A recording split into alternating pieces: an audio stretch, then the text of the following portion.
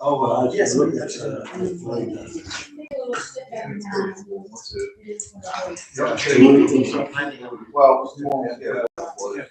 Like she don't have. She didn't make her call. No, I usually call her hard. I'm saying she didn't. She. That's what. Yeah. Yesterday. You have to. Did I leave your little path thing? Looks like it, unless it's My glasses, maybe? Oh, we just approved December minutes and January, so we should have December. You're good. All right.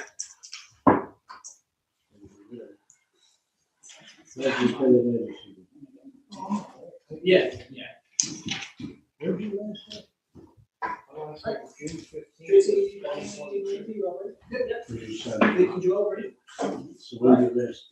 All right, we're going to call order the Borough Council meeting, February 13, 2024. It is now 6:40.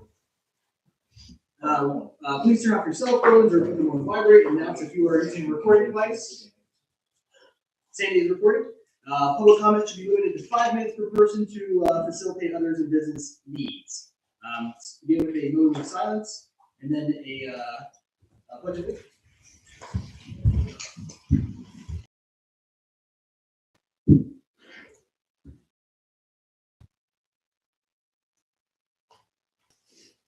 Allegiance to the flag of the United States of America and to the republic for which it stands, one nation, under God, indivisible, with liberty and justice for all.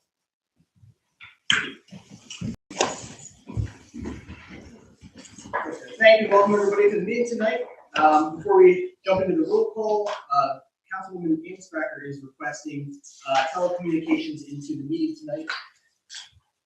So looking for a motion to allow.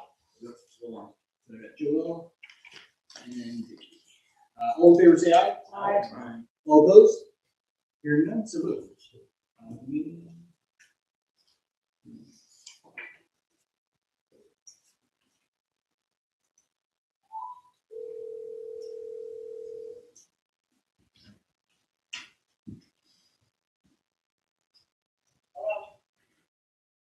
Been voted into the meeting.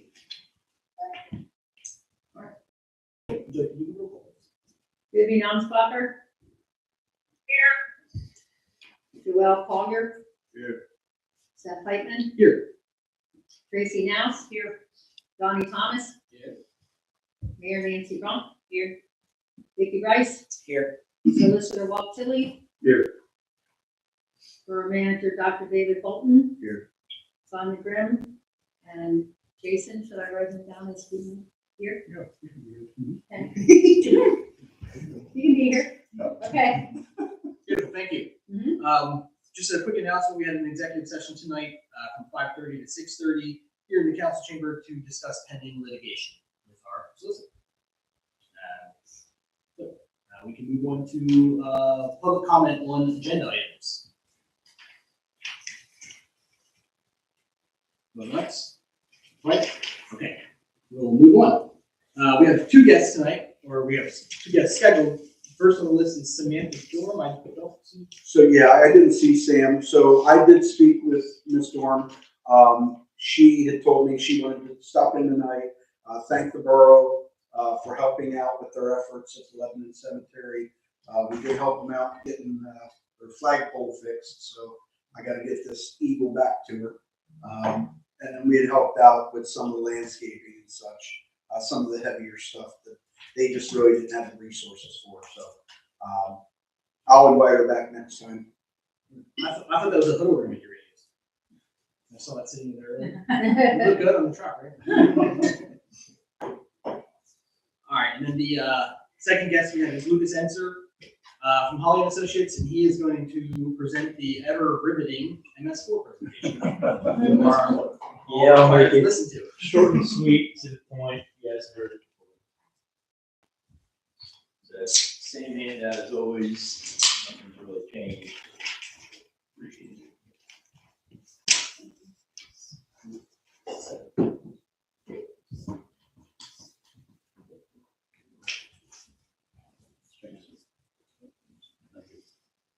as you all know, North York Borough is part of the York County Stormwater Consortium for municipal stormwater, storm sewer permitting, and being part of the stormwater consortium, we get credit with other municipalities, doing projects, because North York is such a small borough and there's not many projects to even do, that we still, being part of it, still get credit for all that.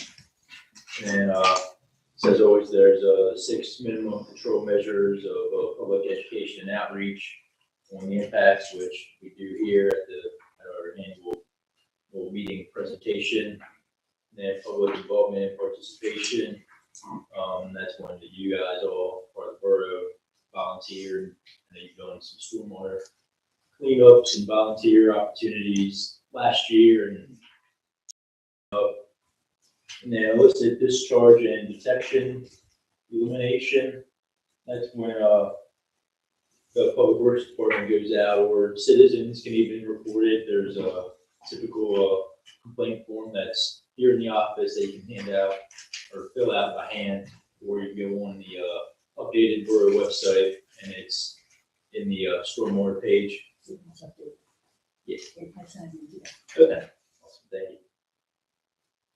And then the next minimum control is construction site runoff control, and then also post-construction stormwater management. Those are both part of the ordinance with those items, and also with developers and property owners submitting that to the conservation district for ENS control and all that, land development, etc.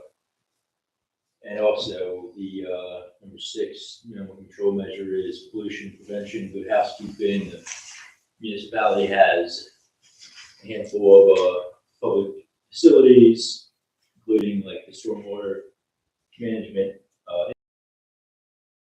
piping systems, and alcohol structure, which I myself have been going out once every year and filling out the if there's any issues with it, which there haven't been any. And then just general building maintenance and cleanup, if there's any spills reported, that kind of stuff.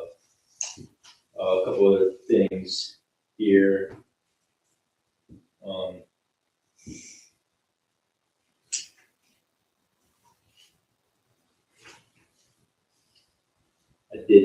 David did email me a couple months ago about that elementary school class. They were learning about the water cycle, and they came across the stormwater page on the website. So glad to see people are finding that, and especially the students. And then also included in this pamphlet packet, or pamphlets, which are out on that spindle in the lobby and on the bulletin board with information. If you want to get you want to learn more, there's pamphlets, websites, EPA, etc. Learn more, and then there's a couple other things, what stormwater management is, with green filter versus the gray funnel of pervious areas, and then trees and grass areas, and what to do with grass clippings, composting.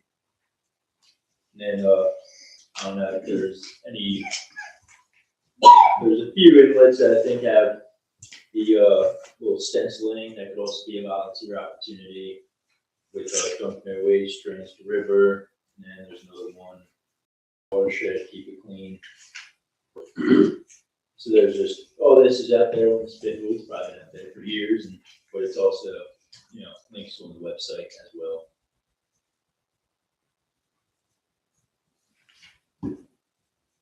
Anybody got any questions? I do. Do you remember what the 4 S's in MS were? Because I don't. Yeah, it's like the storm sewer Separate system. I can't remember what the other one is. Yeah, Like storm system, something like that. Yeah.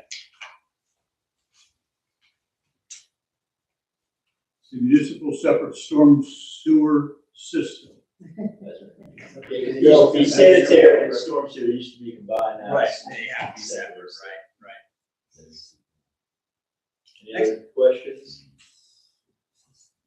And the reason it's called a separate storm sewer system, just so you know, is because it's not legal to combine Right. stormwater with sanitary sewer water, so that's why it's separate. So it's a separate storm sewer system, that's what they mean by that. Okay. Right. And it's super important in our community, obviously, all of our storm water, we have a creek right over here.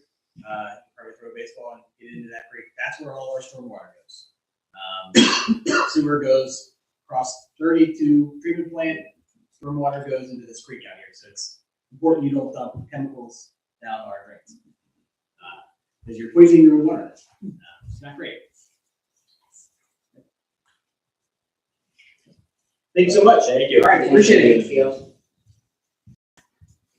All right, we can move on to the approval of minutes. You do have two sets of minutes to review, make sure we'll do the December 2023 minutes first. And then the, we want to January too. Make sure you're reviewing the right.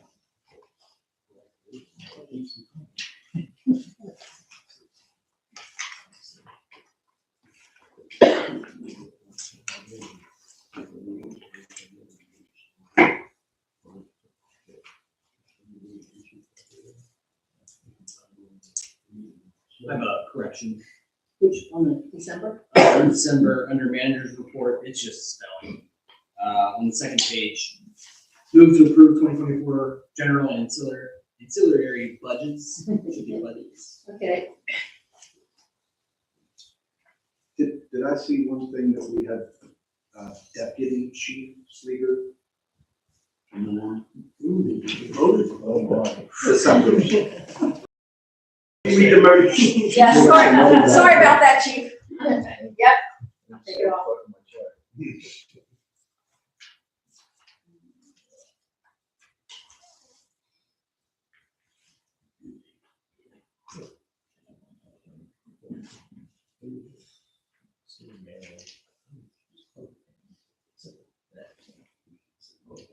Yeah, it is on the December.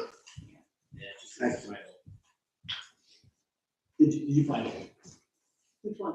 Correct. Yes, I corrected it, yes. Anything else? Not that I see. Okay. Anybody, anything else for December minutes? Do we have a motion? Second. Move to approve as amended? Yes. And that was a second from Vicky? Yes. Beautiful. All right, all in favor, say aye. Aye. All opposed? All right, so move.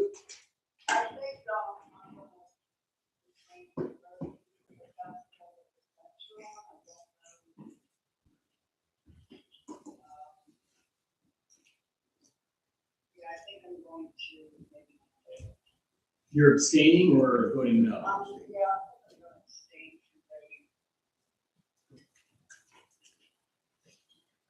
I couldn't hear. She's abstaining from voting, but I believe everyone else was a yay vote. Yeah.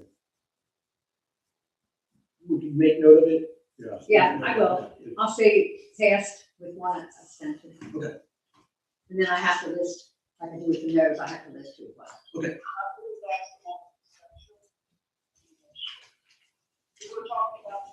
December, correct, yeah, so we'll do that one first. So voting to accept the minutes isn't about whether you agree with what happened. It's whether or not the events that are listed did happen. So it's not that you agree or disagree with the censure. It's, did that happen? Well, and do they need a reason to abstain? Technically, that she should give a reason in writing. And I don't know what reason she would be able to give, according to the Borough Code. So how do we break that up? How about a no vote? What's she say? Well, she's telling us that she's abstaining, so you. Well, just she's write saying that now down. she'll say yes. So now it'll be unanimous. Right. Okay. So just to clarify, you are saying yes, it's unanimous then? Oh, Okay. very Okay, then now please go to the January 2nd minute.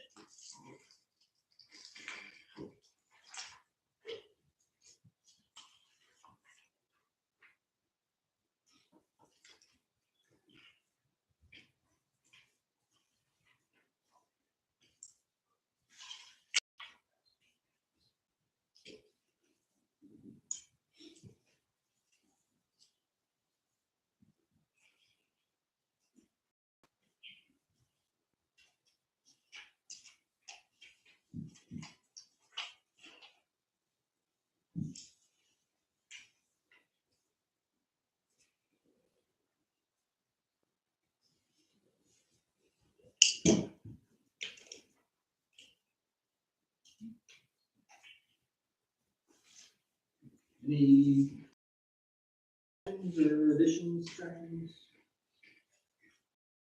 Motion? Motion to accept? Is that Vicky? Yep, and then second, Donnie. Okay. Any other comment? Alright, so all in favor, say aye. Aye. All opposed? Vivian? Aye. Okay, alright, so moved. Unanimous. Alright, we move on to the motion. Okay, I combined it, my reports into one, from December and January.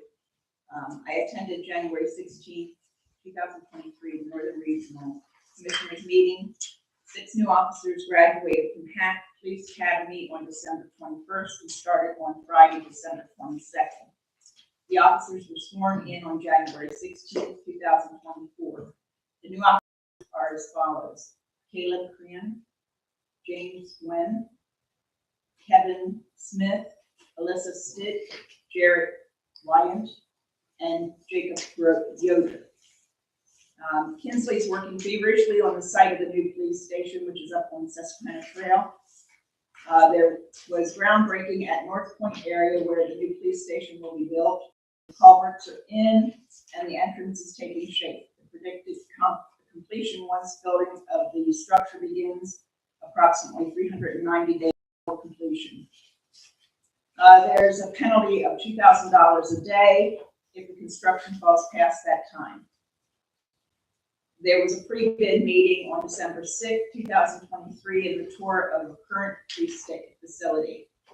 There was good attendance and questions from potential contractors, and the new REPCA closes on January 12th. This is to help fund the new police station. There was a municipal luncheon with approximately 150 people attending over 2 days in December. A demonstration of the thermoscientific TrueNarc was shown to the commissioners. This is a portable device that uses Raman laser technology to determine the chemical composition of suspected controlled substances. It allows officers to determine the compound of the medication without putting the officers in harm's way. Grants were received to pay for new portable radios, new mobile radios, and new body cams and car cams. Some of the police activity in the borough for the month of November 2023 was as follows: a dog bite on the 1100 block of North Court Avenue. A 10-year-old girl was attacked by her pet cane corso. The girl suffered bites on her arms and legs, and the family had the dog euthanized. The third burglary in the 1200 block of North Duke Street. Local teenagers were suspected of crawling through a window of the victim's home to steal candy. On the 8th, there was a theft of the 1200 block of North George Street. A 16-year-old male had $500 in cash stolen from his wallet. The suspects are fellow residents of the Children's Home of York. On the 11th, weapons offense, North George Street at 3rd Avenue, a 22-year-old male was arrested for being in possession of a stolen handgun after he was spotted for an expired registration. On the 15th, weapons offense in the 100 block of East 7th Avenue. During a domestic violence investigation, a 22-year-old male was arrested for carrying a handgun without possessing a valid concealed carry permit. In December, on the 24th, there was criminal mischief in the 1000 block of North George Street. Unknown suspects deflated 5 inflatable Christmas lawn ornaments.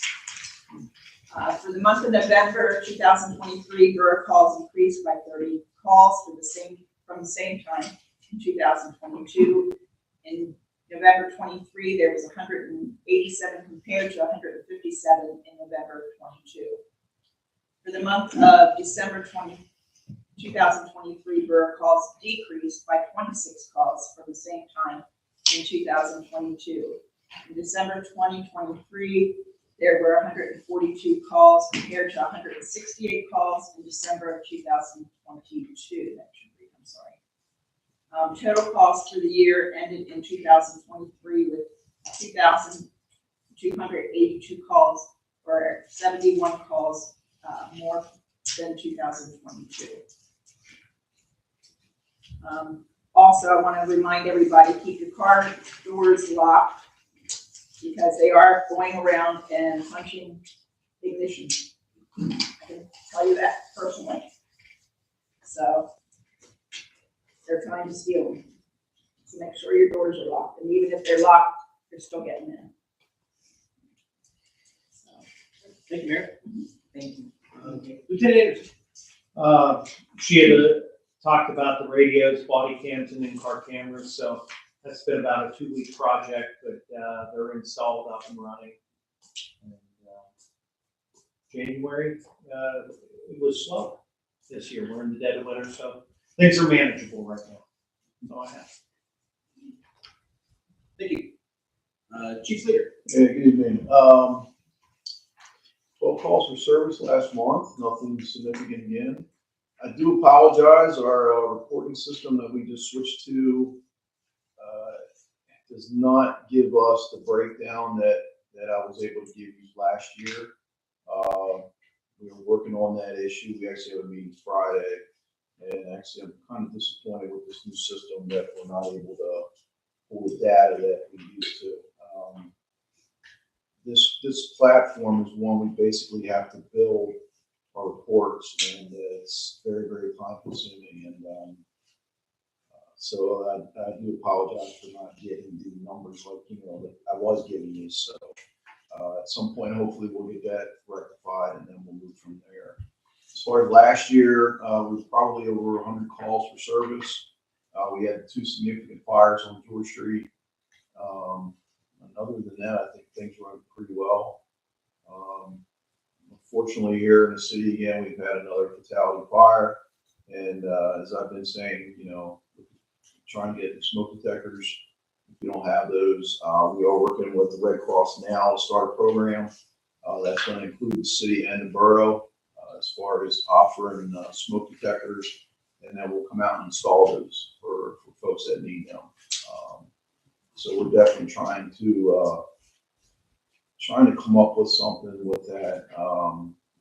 One of the things I know we're going to look at is trying to talk to the Spanish community, because these past several fatalities involved a lot of our Spanish folks. Again, if we need to filter that up here in the borough, we will do that too. This last fire was started because of an electrical overloaded circuit.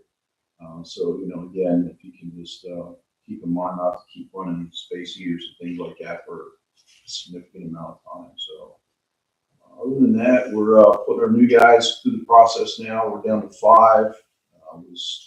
Hopefully we'll get them. We'll get those sworn in on the 26th of this month, and then they'll start the academy beginning of next month. We are also in the process of starting our new hire list.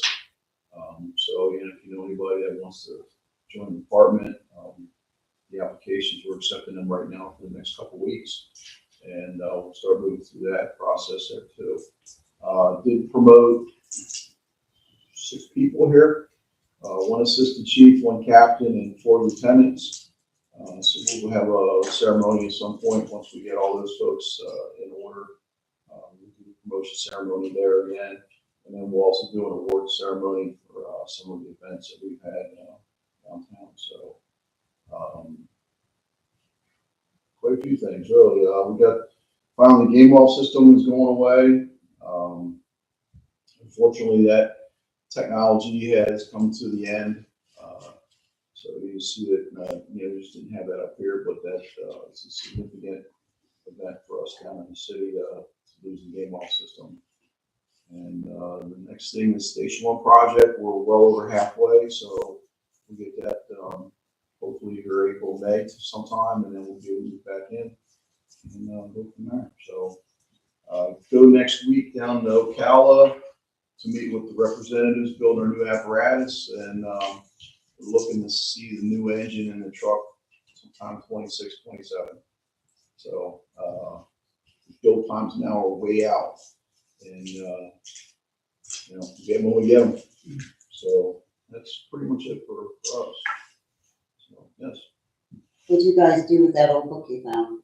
It's still on my desk. Still on your desk? It's still on my desk. Yeah, the book that we found was the original register for the Rescue Fire Company, which dated back to 1872. And it lists every company officer from that day to 1946. So we still have members of the Rescue Fire Company, but for right now, we're going to keep the book upstairs in my office till we figure out what to do with it. So it's really neat seeing some names from past folks in York County. There's a lot of names in there that folks would recognize, so that came in either for it or were part of that company. So It's amazing. yeah. I was just curious. Yep. Thank you. Sure. Where did you find it? It was in a closet. As we were cleaning the station out, getting everything out of it, just came across it. And I mean, the book probably weighs 25 pounds. And it's that thick. I mean, it's huge. And it was found stuffed in the back of one of the closets. So when I talked to retired Chief Senna, he knew the book back when he was a member, back probably when he was a kid, and he hasn't seen it since. So, so we're pretty happy to get that. What's neat about the book is when they first started putting the names and signing it, it was like that calligraphy type cursive. And then until 1946, they were printing.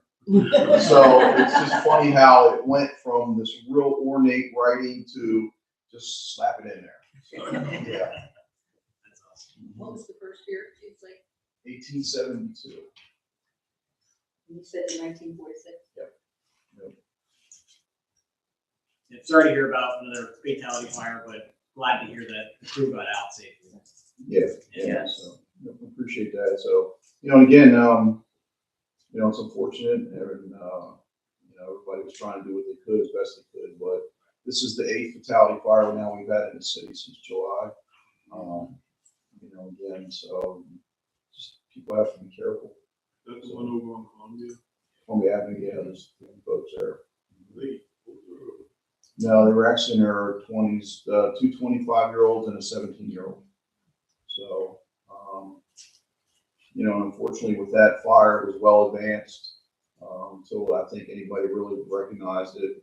And again, because of the lack of smoke detectors, that, helped with that. So once the folks that were on the 3rd floor, I think, realized that they had the fire, it was too late for them. Sorry to hear. Yep. Thank you, Chief. Dr. Olwag, Yes, thank you. There actually was 2 incidents last month in the borough that required the mayor to issue emergency preparedness. First one was on the 5th, extenuating to the 6th of January, which was a winter storm event. At that point, it was very minimal. EMA was activated. A mobile command center was put up. Basically, we just had radio comms with Public Works Department, making sure that the trucks were safe and everybody was good outside. It was basically all buttoned up within a few hours, very small amount. There was no injuries and no fatalities, and just basically lessons learned at that time was basically there was some communication problems with the code red not getting to borough people and some things going wrong. I know that I talked with borough manager Dave and some updates and things that have been changed there, but that was just seen at that time. Basically also just the information that should the event have been larger and we would needed to go into a 24-hour situation, we would need an office or something that would have some generators, some power and things like that, so we could operate our radios and do our dispatch. Basically, as I said, no injuries, no accidents. The next one was then on the 18th, I believe it was, yes, 18th of January. That was a pretty significant one. That event had us up and running, and we supported the North York Public Works and also Chiswell, I guess it is, Criswell's towing. And basically what we found and what we found on that information was residents, specifically in the block of Fifth Avenue, did not remove the cars. Some were on Duke Street. One vehicle on Duke Street actually was found to be abandoned and had been there for months. And this resulted in 14 cars being physically removed from the borough under the emergency action plan. Basically, we also noted we did not see a lot of response from your officers. They could have been doing something else, but I just put it in my notes. We did not see them around either addressing or helping. They could have been somewhere else, but I just wanted to bring it to your attention. Yeah. That we just did notice them out and about, and just as all comment. I think we wrote a fairly significant amount of. Well, what I was going to ask is, I was told that officers were going around at 2 and 3 o'clock in the morning and knocking on doors. So if that's true, then they were doing their due diligence. It's just at the time I was out, I didn't see them and stuff. One of the things that we also looked at is having the tow truck actually on standby in the borough rather than call them in and have to wait for the individuals to come in. The next thing was that either using the code enforcement officer's vehicle as a designate. I was out in my personal vehicle. I did have some emergency lights, which are just little blinky lights, that could be maybe showing more as an authority, and also to have the PA system, which supposedly is in the codes officer's car, put into work. I actually had my own personal bullhorn, and some people may have heard me driving up and down the street bullhorning people. One of the suggestions came in from the residents was use of private lots in exchange for if we plowed that lot. So that's something that the borough may just think about, as some of the designated spots would have been pretty long for some individuals to walk, really, especially if they were handicapped or infirmed in somewhere. And there may have been a private lot that would have been closer if we had some type of agreement. And also just the possibility of looking into or re-looking into what are the emergency routes. Just in talking with Public Works and with the mayor and with the manager, some of the routes didn't seem like we were hitting every block, and maybe we don't need to hit every block to give some of the people some leeway, you know. Yeah, that's in the ordinance book, so we have to change the ordinance. Yeah, it's just something to look at, but it was just, we're hitting every block, and in some cases that may just not be needed. And in some, like for instance, I believe there was, is it 6th Avenue? Zigsby, I'm sorry, Zigsby. I'm not sure what the rationale was to have Zigsby, but you know, just in general. So again, no injuries, no serious accidents or anything. Is there any comments or anything from the public or the council on how it's handled, how we can do better, or any information they may have received. So as he said, the code red wasn't being real effective. What I was finding is when we send it out, there's approximately 800 to 900 people in the borough that have numbers that we can get to. Some signed up for emails, other ways. But we found that the phone carriers, like Verizon, AT&T, were automatically blocking the calls. So like between 600 and 700 people were not getting the calls at all. Not to their fault, not to our fault. So we asked Sonia and Rox to send out notices with the last sewer bills. And the first storm after that, we did see in the stats more people were contacted directly. Less of them were blocked. So my suggestion is to the community, if you haven't signed up for it, sign up for it. It's on our website, how to do it. If you're not sure, come into the office and somebody will help you with it. It's pretty easy to sign. I mean, you pretty much have to send a text to a number, Right. and it'll get you signed up. When we first got it, I had a QR code I scanned. Right. I was like, boom. Yeah. Go ahead, Vivian. Also, I mean, there's so many formats. I actually get from 2 or 3. I get a text, I get a phone call, and I get a Yeah. cell phone call. Right. I didn't even realize I was calling, but I did. No, I did the same thing. I get a text, an email, and a phone call. I need to go back in and have one of those removed because I do not need my phone's full load with a snow emergency that I know is coming. Go ahead, Tracy.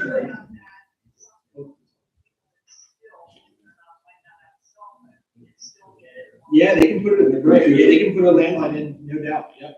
When you said that it was blocked, I remember I didn't get the code red right away. I didn't get the code red at all, but then I got it, that it was lifted. So, so is that something that? I don't know. Okay. I'm not sure. All I can tell you is when I would send it out, there'd be like 900 some numbers and 600 some was blocked. And it said carrier, provider blocked. So that was the phone company was blocking it as being a mass call. So It said at the beginning, but I got it that it was in. Yeah, What I was trying to say. Okay. Kevin, yes. I'm sorry, I was just gonna say, Tracy, I just talked to our computer company today, and we had him into the council computer, and he was telling me that so many companies now with all the hackers and the people that are losing money, they're really tightening up their systems. So if you think you should be getting something and you don't, try and call your company and say, hey, this is supposed to come through. I had on my computer the bank emails weren't even coming through. I had to go get them reduced. So they're really, and especially if it has anything to do with like scanned items or anything like that. I had another thing that was blocked. It was blocked from our copier to my computer, and they had to release it. So if something like that happens, if it seems unusual, call your company and see if they're blocking it. But The we're, other thing I would ask is, I'm curious, is the siren, I believe the PA system, maybe within the zoning official or code official vehicle, that on a weekend, there is an emergency, that our EMA guy would have access to that. Yeah. Already. It has to be, it's in the vehicle, but it's not installed, right? Yeah, Tom, can you comment on that? That's true, it's in the trunk. It's in the trunk, but it's not installed, so we'd have to pay for somebody to hook it up, which can't imagine. we can see if the public works guys can do it. It's that public works now, so.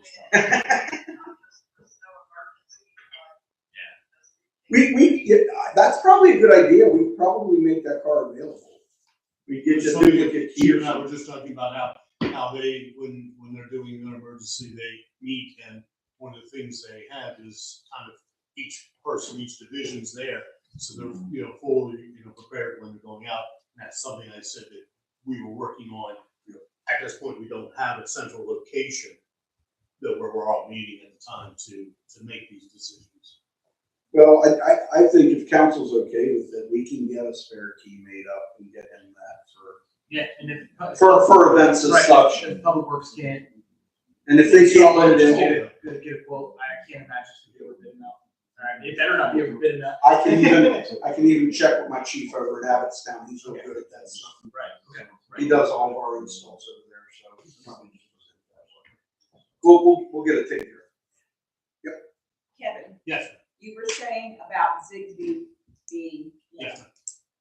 My thoughts are get the streets clean, because what's gonna happen is those people that are blocked out, that have to shovel out, they're gonna find somebody else's parking space. So it's best to clear.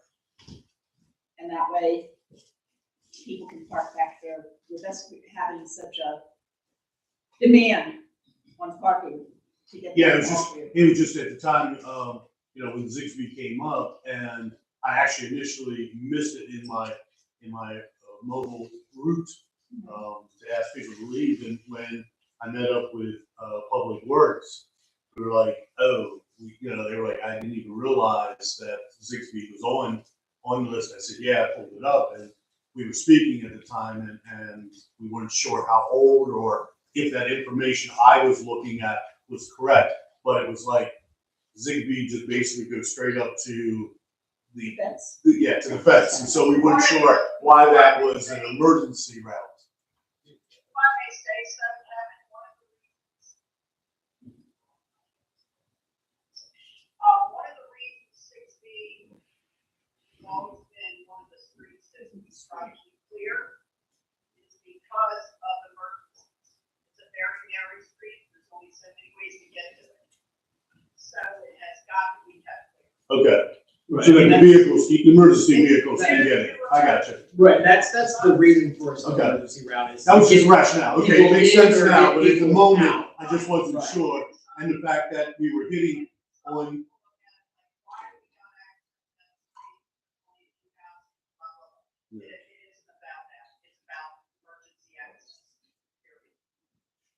the other thing was that we were hitting, every street on this side, so if you're hitting 7th, you're hitting 8th, and you're hitting 9th, and you're hitting 10th, do we need them all as an emergency route? I thought 9th was what? Okay. No, the ninth comes. And if we can, Dr. Kevin, can we have you get your information to Sonia so we can get you listed as a driver Sure, absolutely. for the insurance? Yeah, absolutely. And, Did I make my point about? Yes, yeah, right, yep, everybody understands, yeah. Cases of fire. Right, it's in order to get emergency responders in and get people out. that makes sense. We're just talking the rationale of it and how old the information was, if it needed updated, or just that we could speak about it at the next meeting, which is great. And the last thing is I had sent out some information to you guys, and I know Dave mentioned something to me on the way in, that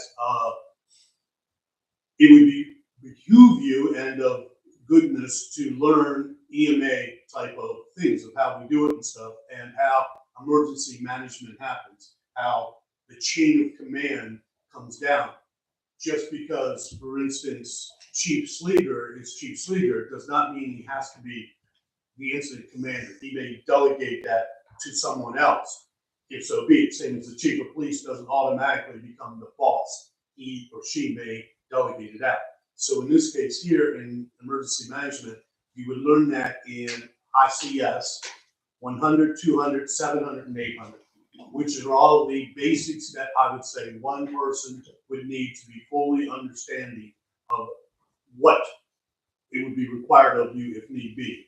For instance, truly in the last incident, Dave, I put in, he was the PIO because he was our public information officer. He was actually putting out information. So I listed him as a person. Mayor, you're always on there as just the sovereign. And again, each person, there was a representative from the Public Works Department. He would have been the operations chief. Had I had contact and need with the police, we would have had them in security chief. It's just title roles, but it's a good way to keep things in order. So Dave wanted me just to bring that up. If you're interested, I'll send out the emails. It's the federal FEMA site. You just go on, fill out your information. you get a student ID, and then you can go on and take all the trainings you want, and they'll just keep sending it to you, with certifications. So with that, okay, everything he said is absolutely true. The reason you guys need to take it serious is if there's a major incident and we need to get funding for an emergency and you guys are not educated, we don't get them because we didn't do our due diligence to be prepared. Goes So- with the NIMS training that we're required to do. So yes, 100, 700, absolutely required. 200, 800, like he said, is going to expand your knowledge. And give it this way, if somebody asks you a question, you'll be able to answer. And you'd be able to fill in theoretically those roles if need be, section chief roles and stuff. We were perfectly fine and we had everything under control. But again, at any moment, it would have been more, we would have been out of control because at one point, I believe the Public Works ran out of de-icer. Salt, thank you. If that would have been a true problem, then it would have came to me to then act as your representative to find salt, get your list, find out who it is, and have them bring it in, whomever we're contracted with. But that would go up above what normally would be done by a incident commander. He would give that down to, an ops chief or something like that. So it's just for expanded roles, stuff like that. And as Dave said, and there were Facebook individuals that we were talking, and it basically boils down to money. I mean, I'm not saying that we as the borough are looking to make money, but it's to recoup any assets that we use. So that's when we make that decision. Some people say, why do you make it so early? Why do you do this? Because it frees me, you, and the people in charge to look for assets that we do not necessarily have the ability to purchase right now through the county, through the state, and it can just come right to us. So when you get your training done, not if, when you get your training done, they will send you a certificate for each of the one. Make sure you bring it in. Let me put it in your files. This way we have it. If anybody ever comes in and says, show us proof, we'll have it here. NIMS, NIMS, 100, 700. Yeah, you just go to FEMA, and just put FEMA.gov. Or there are several organizations you can go through.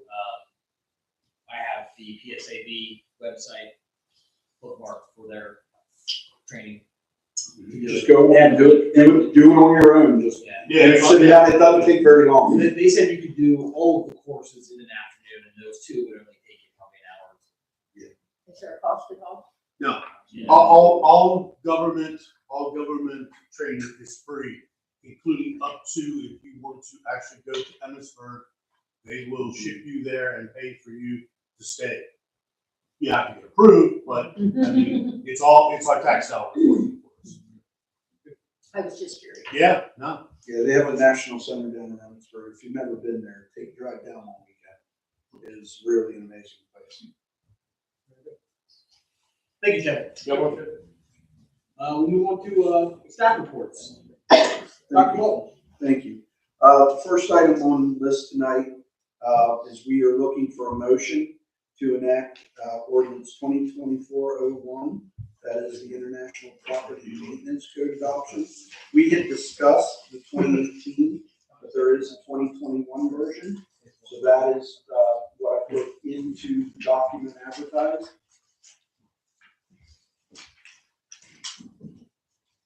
And of course, that maintenance code is going to help us with code enforcement, give us standards that are internationally agreed upon, and that we can use for enforcement or for education.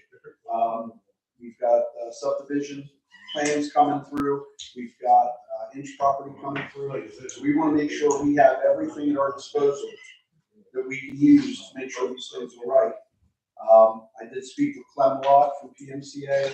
He highly recommends that we adopt this. I did I did offer to have him come here, but he lives in Chambersburg and I didn't want to run him. There's no fast way to get from here to Chamber. Yeah. Is the second page of the ordinance for these things that we're adding to it? So, yeah, thank you. That's a good question. Some of the sections are, you can customize.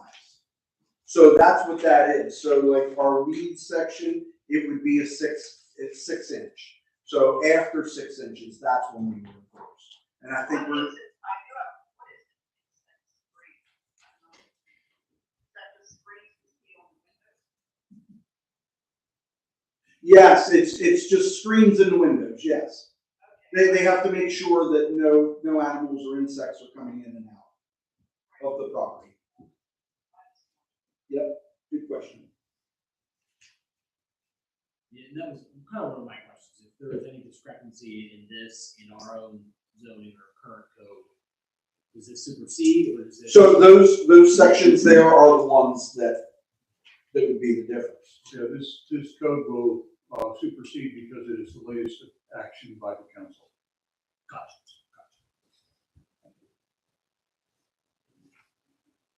And are we sure there's nothing else that needs added? Almost every municipality in the United States uses this. It's very cookie cutter, except for those couple things there. So I have occupiable. So that's like over the winter, if somebody has like a garage that they're renting out, then those are the times that they have to provide like utilities to make sure everybody's warm. The heat supply, it kind of matches up to the heat supply right above it. The heat supply has to do with apartments and houses, and then the other one has to do with workspaces and commercial areas. Yep, thank you. Very good. Any other, well, I guess technically, do we have any motions? I'll make a motion to approve. Second. Motion by Donnie, second by Vicky. Any other questions, comments, concerns? Seeing none, all in favor say aye. Aye. All opposed? All right, so moved. Thank you. Seth, I need to sign. Oh, yes, yeah. Yeah, original. Second item I have for you this evening. Oh, roll call. That's right, it's an ordinance. Oh, My bad. okay. Right here, Walt.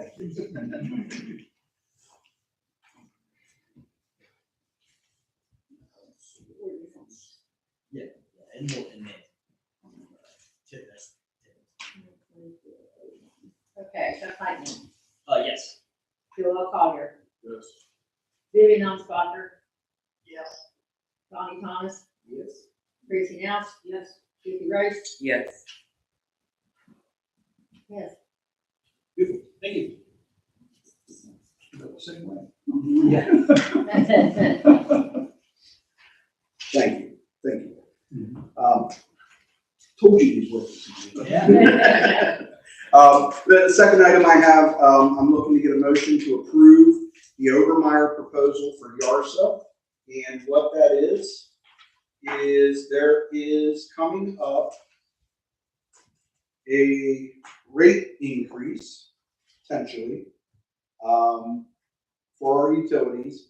And our working group, which consists of Manchester Township, West Manchester, York Township, us, and Spring Garden Township.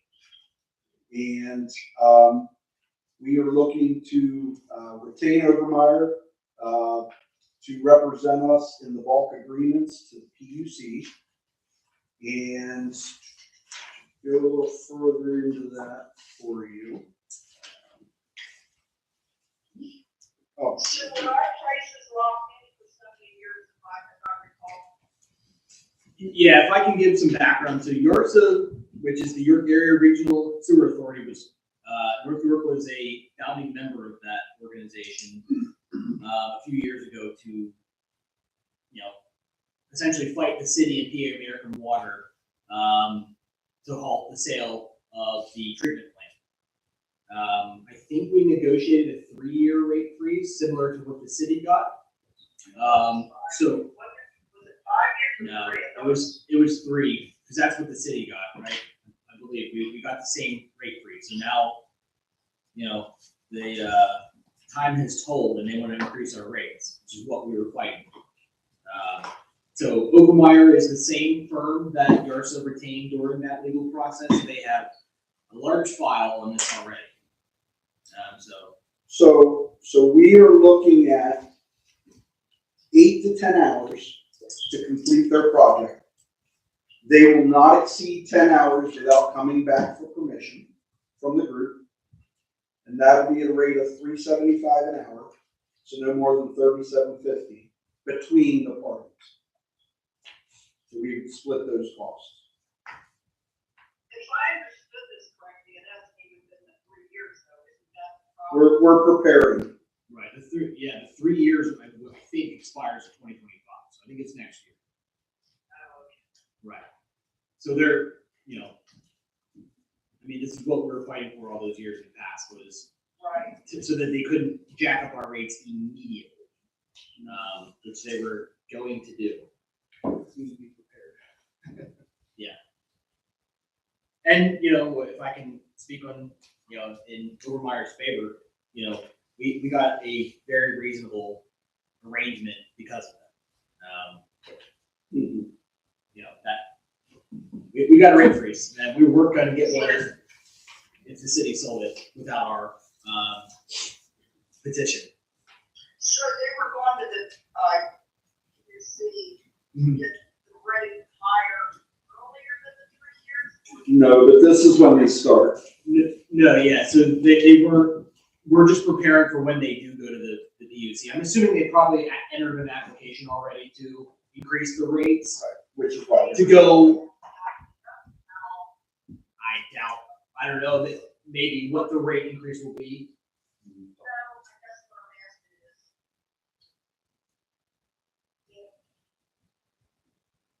I don't know too many people that have ever, when it comes to the PUC, they usually, it seems like they side with the utility companies. Yeah. In general. Yeah, I think that's fair. It's a due diligence situation. We can't not be at the table. We're gonna do our due diligence. Right, and that's why it's best to do this through Yarsa, because we're splitting the cost between Manchester, West Man, York, and Springbrook. So you said $3.75 an hour for 10 hours, and then that's split. Yeah, so it'll be, $3,750 max billable. And then if it takes any more than that, they will come back to us for permission. Okay, isn't our percentage rate lower than the other municipalities? I would imagine, yeah. I think in looking at it, we're. Right, It's not just an apples to apples. Yeah, no, we're not all paying the same amount. Yeah, we're one of the small. And so it's prorated. Yes.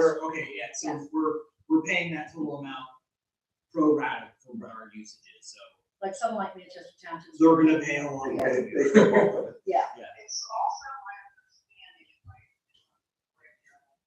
still don't remember so many things, but aren't they trying to get quite a substantial increase as well? Oh, I'd imagine they are. Well, they'll ask for as much as they can get. I don't know what those numbers are, what it looks like, but I mean, they spent $240 million for something like that. They're gonna want some of that back. Yeah.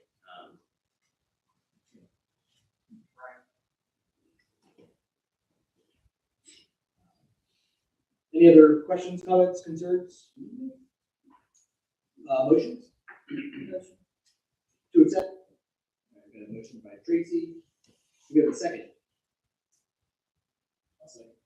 Second by Donnie. Any other comments, questions, concerns before we take the vote? All right, all in favor say aye. Aye. All opposed? All right, so moved. Thank you. Third thing I have is I'm looking to get a motion to advertise ordinance 2024-02, which will change North George Street from 35 to 25 miles an hour. Why is this important? PennDOT's already put the signs up. And Lieutenant Anderson would like to be able to enforce the new speed. All right, we Motion by Vivian. Second by, Vicky. Did anything else you wanted to add to that? So I didn't give you a copy of that because all the ordinance is gonna say is it's this line in our ordinance and we're changing it from 35 to 25. So it's. And again, the sign's been up for over a month. The signs have been up, speed signs were up, I believe. We've had informational signs up saying speed change. So by the time you pass it next month, everybody's had enough notice. Anybody else questions, comments, concerns? All right, all in favor say aye. Aye. All opposed? All right, so moved. Thank you. Fourth thing I have for you is resolution 2024-07. And that is to designate a borough certified diversity officer and to create the North York Diversity Committee. This is a natural progression of the conversation we had last month. Councilor Rice and I heading up that committee and getting proper representation in the community. According to the training that I've received, I did pass my class last week and my project, so I'm now a National Diversity Council certified diversity professional. And I got a lot of information to share. We'll need to set up visions, mission statements. I'm planning to get a dedicated page on the website for diversity. Hopefully we'll be able to recruit enough people in the community to fill each of the demographic areas that I've researched already for the borough, and they will be charged with providing feedback to council, not making decisions, not giving authorization, but giving suggestions and action items that we can then present to council so that we can incorporate those ideals into our activities.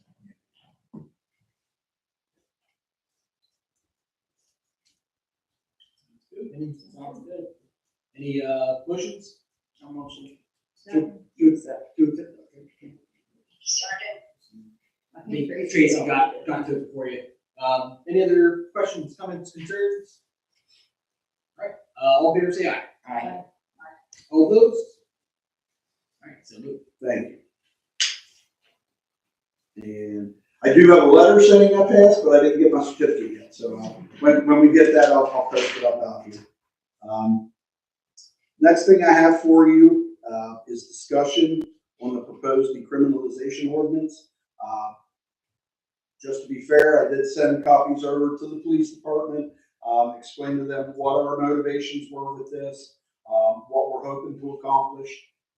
I will tell you this, the ordinance does not take any enforcement options away from our police.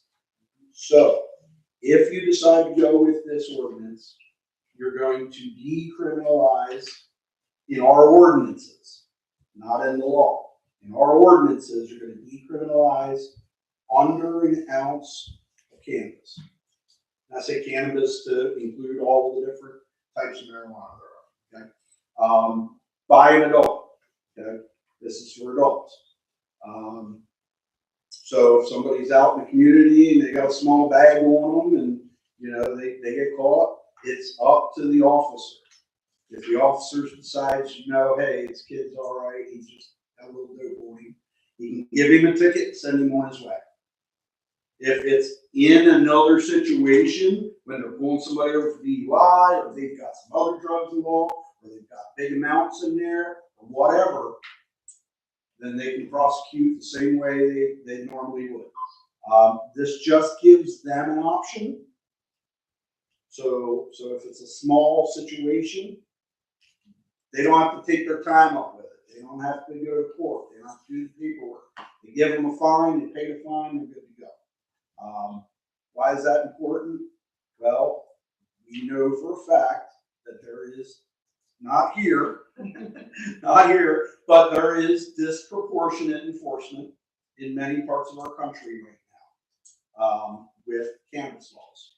And unfortunately, it is urban areas, minority offenders who end up getting the hardest hit. if I'm a college kid and I'm a minority and I'm smoking a bowl and I get caught, I can lose my federal grant money and AIDS, Pell Grants.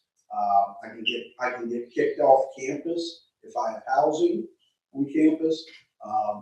You know, if somebody's, you know, a sole provider for their family, you know, and they get pulled over, and that next thing you know, they've got this, that, they've got fines, they've got classes they got to go to. Maybe it pulls from the family life, maybe it makes the situation worse. So this is just one tool that we can implement in the borough to show that we are compassionate about those situations and give the police department an option as to whether or not to cut somebody a break and just give them a ticket, or if they need to, put them through the ringer. I'm curious, Lieutenant Anderson, our representation. I'll hand it over in a second. I will tell you that the ordinance in front of you has been vetted by many, many municipalities. It has been enacted by several municipalities.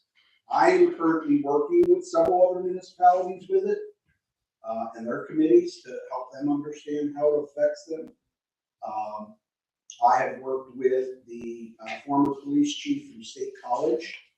Of course, Penn State campus is there. There's the irony. You get caught by campus police, you're busted hard. You get caught by the borough police, they can cut you a break.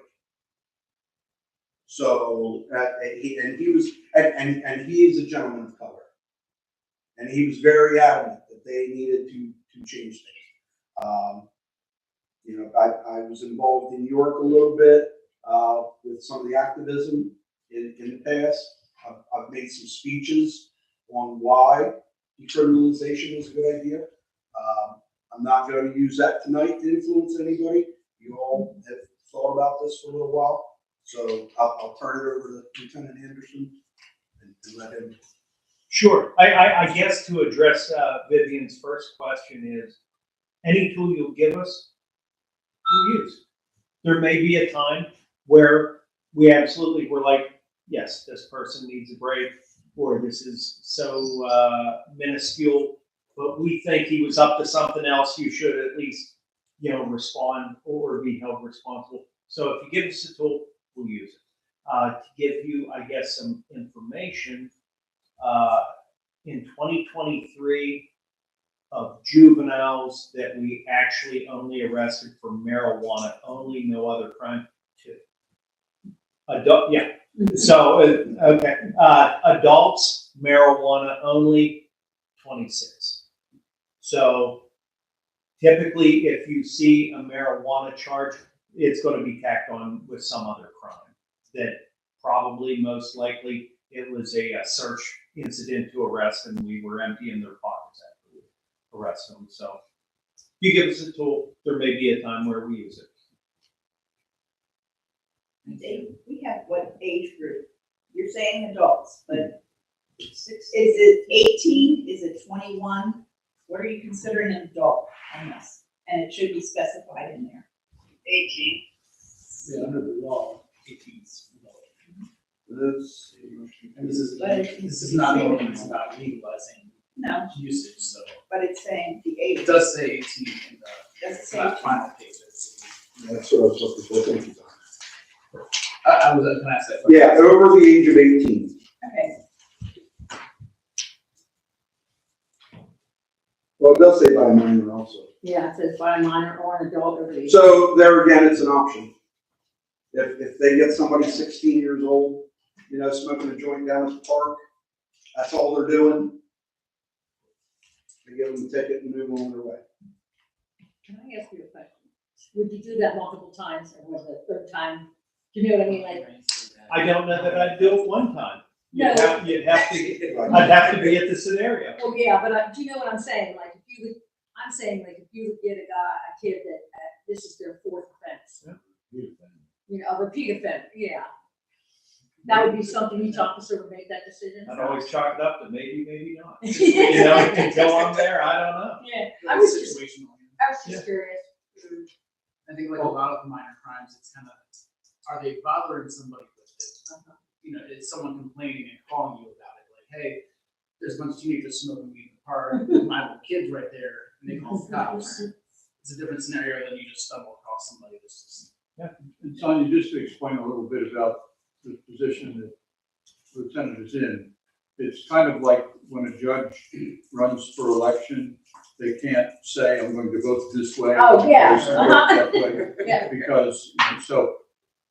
That's he's not- okay. he's I not was being- okay with his answer. Yeah, I was gonna say, he's not being dodgy, he's being professional No, and, I was, and providing a response that says that when they. No, when they I'm file being charges- truthful.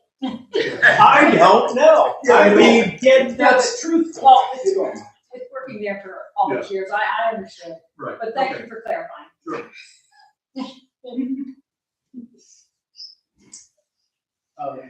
Waiting on a motion? Yes. So this would be a motion to advertise.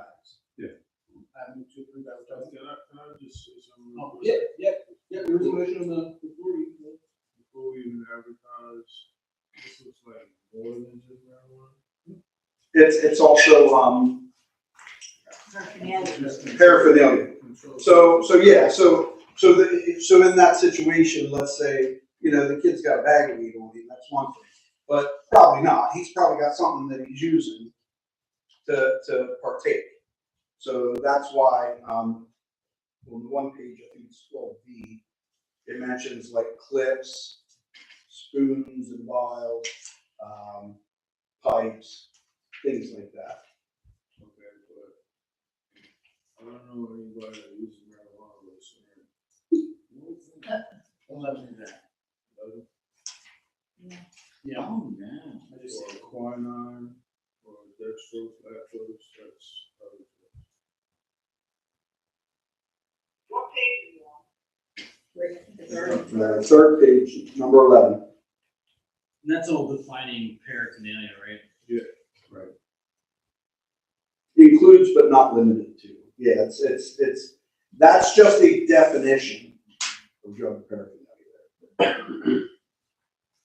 You could limit it to marijuana paraphernalia though if you wanted. Here's the thing. If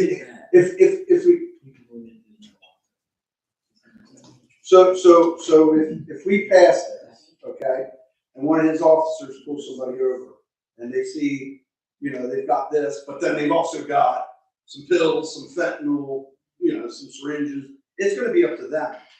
Like, this is just an option for them. This isn't saying they have to let people that are banging smack go. Like, that's not what we're trying to do. No, I understand. Okay, so protein vial, okay? That's 13 vials. Now, we can talk about the vials as well. The vials.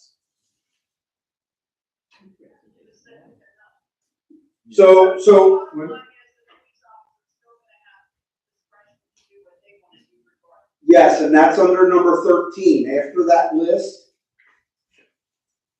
it says a court or other authority should consider. So it's going to be up to the courts and up to the officer. And none of this supersedes state. None of this supersedes federal or Right. state. They have a vial of cocaine that's a Schedule I narcotics code. Right. We're not saying that. Right. Yeah, so that page 3 is defining what paraphernalia is, I guess, because paraphernalia, I guess, technically could be anything. That is, Objects. that is one of the comments that we made when we reviewed the ordinance, was that it does extend beyond paraphernalia for marijuana. Yes. But not for any substances. So if you have a vial, if you have a syringe and you've used it, and you have cocaine or heroin in it, this doesn't cover you. But right here, it says objects used intended for use or designed for use in ingesting, inhaling, or otherwise introducing marijuana, cocaine, and hashish drug. So But if you go further in section 2 says, the summary is possessing a small amount, possessing paraphernalia, or smoking or ingesting marijuana. Using cocaine is not covered. So if your paraphernalia is dirty with anything else, okay, you can have clean paraphernalia, you can have dirty paraphernalia. As far as coke or anything else, only with marijuana. Well, can I go back to your comment? I guess I missed where you're going with that. Did you say your comment was to clarify that language, remove that language, or that? We just pointed out that, the list of paraphernalia on page 3, and then the exclusion under section 2B2 extends beyond paraphernalia that's used for marijuana only. So, If so we wanted there's to, still I mean, this question on it, do we want to table it till next month? Why are we going to table it? We're here. We can discuss it. Because when we table something, we don't come back to it till the next meeting and nobody's done anything. So let's discuss it. What's your thoughts? I just have a real big problem with all the different paraphernalia you have listed. So let's go through it. Yeah, the needles and stuff. Okay, so I'm not number on one. violence. I see what we see. So number one is kits used for growing. Let's go down through. All right, so number 6, dilutants and alterants. Yay or nay? Do you want to include those or not? On nay. It's real easy to take it out. Okay, 6 is gone. Number 7 is gins and sifters. 8, bowls, containers, mixing devices. 9, capsules, balloons, envelopes, keep stuff in. 10 is containers. 11, okay, 11 is your syringes and needles. Nay. You want to take that out? Gone. Number 12. Objects intended for use of ingesting, inhaling, or otherwise introducing. Take out cocaine in that one. Are we good with that? Yes. Okay, and then underneath of that, those things are all this marijuana. Little 6, miniature cocaine spoons and cocaine vials. Take it out. Take it out. Gone. Anything that doesn't have to do with marijuana. Okay, so everything else should be good there. So we took out 6, 11, we took cocaine out of 12, and we took out little 6 cocaine spoons and vials. What is chillum? A chillum's a pump. Oh. I think we should be taking the hashes out. Right. Ashes of cannabis. It's just a different type. It's just a different form. They actually sell it at the dispensaries. Yeah, I know, but then you have to also have a prescription order with it. Well, understood. What is Then you walk ice? out the door and sell it. What's ice pipes? Is ice a name of a drug? Crystal meth? No. Oh, what is that? Chillers. So what that is that's something that cools the smoke down before you inhale. It's less harsh. So it's like back. I've never heard of it. I got a I think we degree. got a paraphernalia truck. Yeah, it's just something that cools the smoke down so it's not as harsh. A lot of people will put like ice cubes. I have a question. How's he know so much? I know more on this subject than you ever want to know, trust me. I've done a lot of speeches on it. What do you think about bombs? The bongs are, yeah. I don't know. Vivian, what did you just say?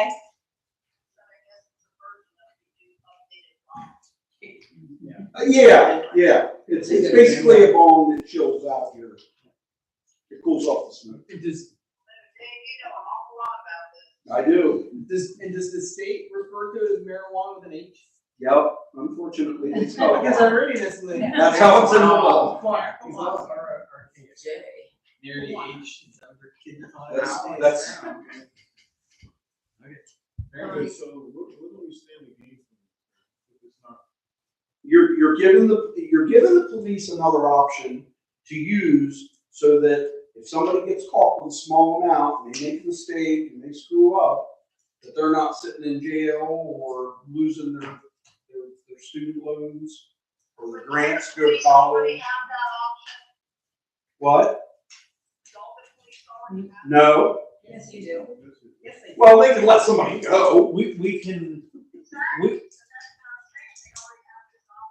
we have an option that's called the youth aid camp.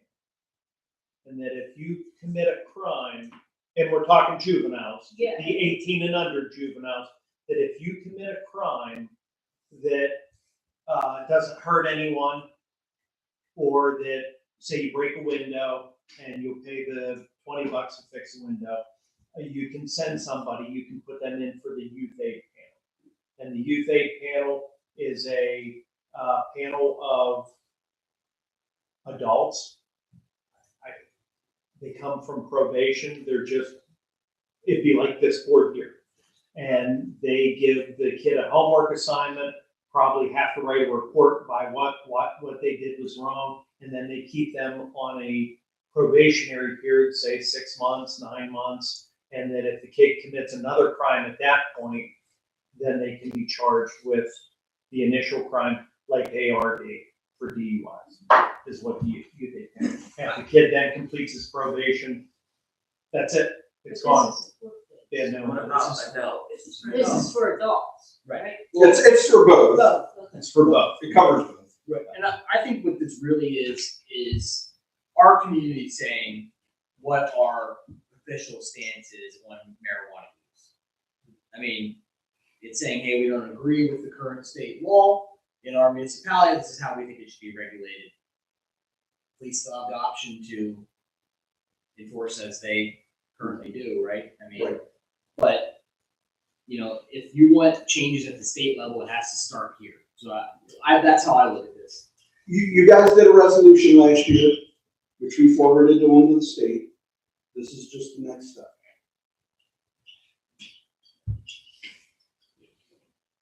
So Donnie, you made a motion. Yes. Do you want to amend it so that it's Right. as amended? Advertise as amended. As amended, yes. Do we have a second? We did not. Second it. Vicky did say. Okay. Anything else before we? Yeah, is there anything else that needs amended? I'm going through it now. And again, this is to advertise. We're not adopting this. This is an ordinance. This is just This will be advertising. advertised and then voted again next month.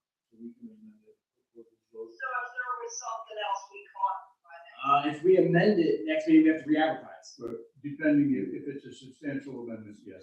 Okay. If it's a minor technical thing or something, no. Did you hear that? Remember about that? Go ahead. If it affects the substance of the ordinance, you would have to re-advertise it. If it does not affect the substance of the ordinance, you wouldn't have to re-advertise it without the amendment. Did you catch that, Vivian? Yeah. Okay, right. So as I'm seeing it, everything in here now only applies to cannabis. No other drugs. So it's just a carrying container. It's basically just anything they would put it I guess the law care around balloons now. in. Yeah, I mean, if you're gonna shove a plant in a balloon, I'm not gonna tell somebody their business. Which one is that with the balloons? And Number nine. capsules? Capsules, balloons, envelopes. That one has to go too. Nay. Number 9 is a nay. So if somebody has a baggie with marijuana in it, marijuana's not illegal, but the bag is. It doesn't say baggy. It says any other. Capsules, balloons, envelopes, and other containers. intended for use or designed for use in Yeah. packaging small quantities. So how about this? Number 9, cross off everything before containers. Capitalize containers used, intended for use, or designed for use in packaging small amounts of, and then change controlled substances to marijuana. Yes, I think that sounds much better. Yes. That would eliminate any doubt there. In effect, it's the same line though. I mean, and those things before it containers, yes. No, it's just They are removing those containers, words. but what they We're just are- specifying Right. it has to be for marijuana, not for another drug. Open. Okay. I agree with that, that's a good change. So we have a motion by Donnie to accept as amended, second by Vicky. Are we ready to take a vote? Yes. Okay. All right, all in favor say aye. Aye. All opposed? Okay, so moved. And that day, when you did it, Yeah, I'll send it out to everybody. Thank you. Yep, have a good night. See you later. All right, updates on my activities this month. Inch Property, Tom and I will be meeting up with them and with PMCA and with a lot of other people here, tomorrow, 10 o'clock? 9 o'clock, sorry. And we're gonna, they've already put in some applications, zoning applications, and we're getting ready to go. So we're gonna have a meeting with everybody involved. We're gonna have a checklist. Inch will adhere to the checklist, and we will make sure that all the paperwork is proper going forward, so that we don't miss anything and the project is right. Does this mean they asked the PennDOT their traffic thing? Did you say this was, like, one of the things was the traffic survey? Oh, yeah, so I think they're already through that with Manchester. So, yeah, this is just the next step we've been waiting on. They're paid up, they paid us our $12,000 that they owed us, and we're ready to go. So, we'll keep everybody apprised. I think the zoning permit they have so far is demo For what? for Demo? property. Yeah. The UCC. Yeah, the never- demo, they've got the permit from us for demo of the stands and from PMCA. So that's all they've applied for up to this point. We're gonna meet, they've got some changes to their plans, some stuff they're gonna go over with us. But yes, they gotta get the demo done first. When that's done, they gotta get their final, revisions in, and then they gotta get the construction permits. And that's when PMCA will be over here all the time. Just, I was gonna say in my report, their plan now is to break ground in May and to start construction in September and be open for business in the fall of 2025. That's their plan, aggressive as it may sound. Everything's gonna have to go right for that to happen, so that's why we're having this meeting. Well, I mean, And we're making sure everybody's on the same page. they're very ambitious. Let me say that. They said they were gonna break ground in 2023.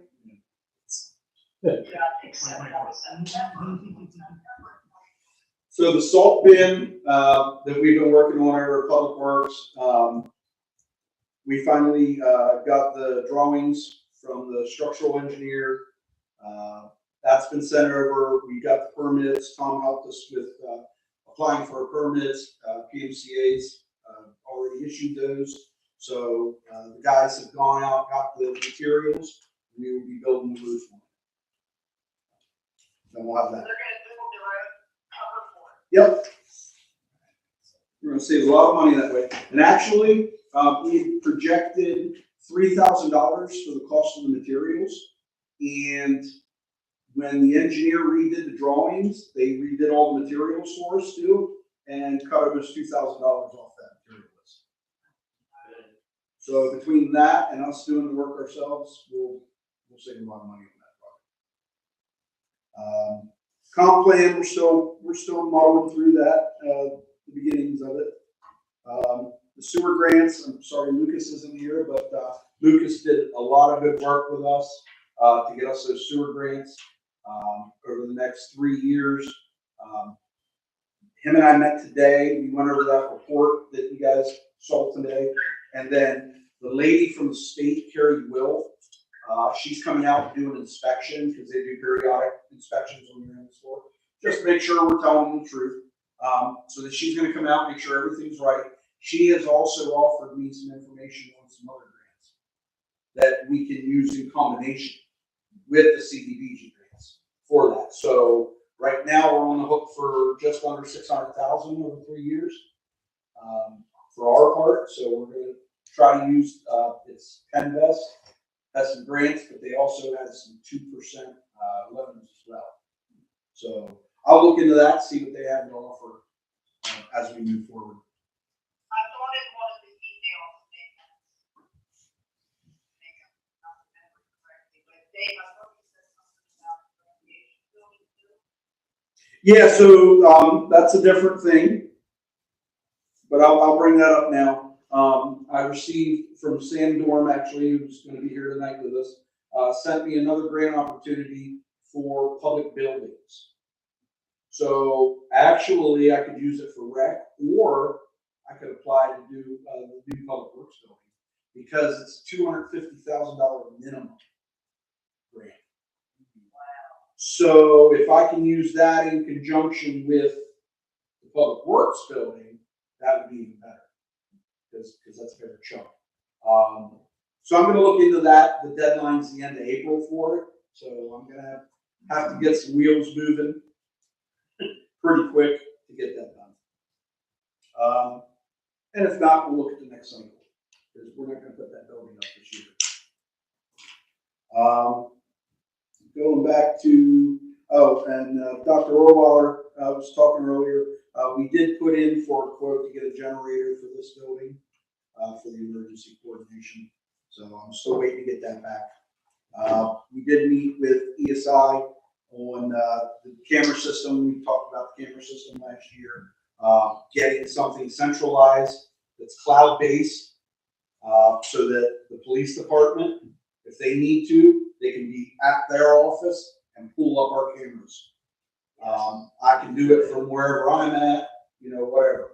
So, so we're working on that. I talked to the guy today to get an update. He said he thinks he has a company that has a compatible cloud-based option for us.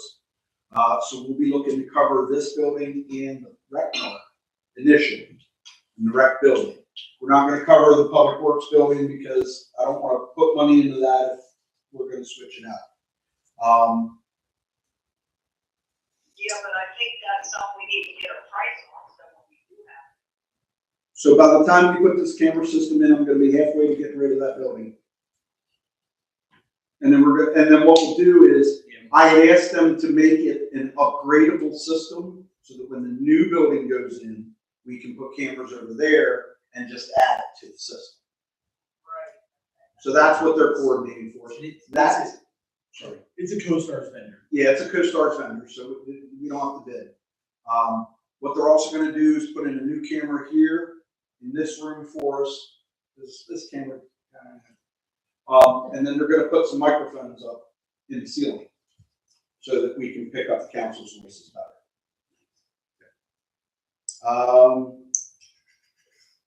And then I just finished the authorization form. I've been working with Joe Shrump from MedEd on a light across from 1215 North Duke at remind me of the street again. Duke Street. Nope, you cross. Yeah. Yeah. Portner Way. Thank you. Portner Way. So that pole that's right there, put a light on. So I just signed I was working with him, sending him all the information. He sent me the form today to sign off. I sent that back authorizing it. So they'll send us an invoice. I'll get that to Sonia. We'll pay it. We'll put it in. We will take care of some of our less desirable activity over there. At least shed some money. And that's all I have. Thanks. That's a great idea. Great idea. Thank you, Dave. Mr. Tilly. All right, one thing for you tonight. I sent David the terms and conditions for the sale of 417 North George Street. I'm not sure if that's in your packet or not, but let me go through and tell you what the conditions are. I just emailed. You know, I just emailed. okay. The first part is the description of the property. It's 0.6 acres, and it gives the tax parcel number for those who are interested in bidding. The bids have to be in by March 11. That's the day before your next public meeting. It's here at 4:30. I'm going to change that to 2:30 because your office is open until 3. Then the sealed bids will be opened at the public meeting. So that's how that will be. The winner will be the highest bidder, the highest acceptable bidder that complies with these bid terms. The sealed bids have to be accompanied by a 10% down payment.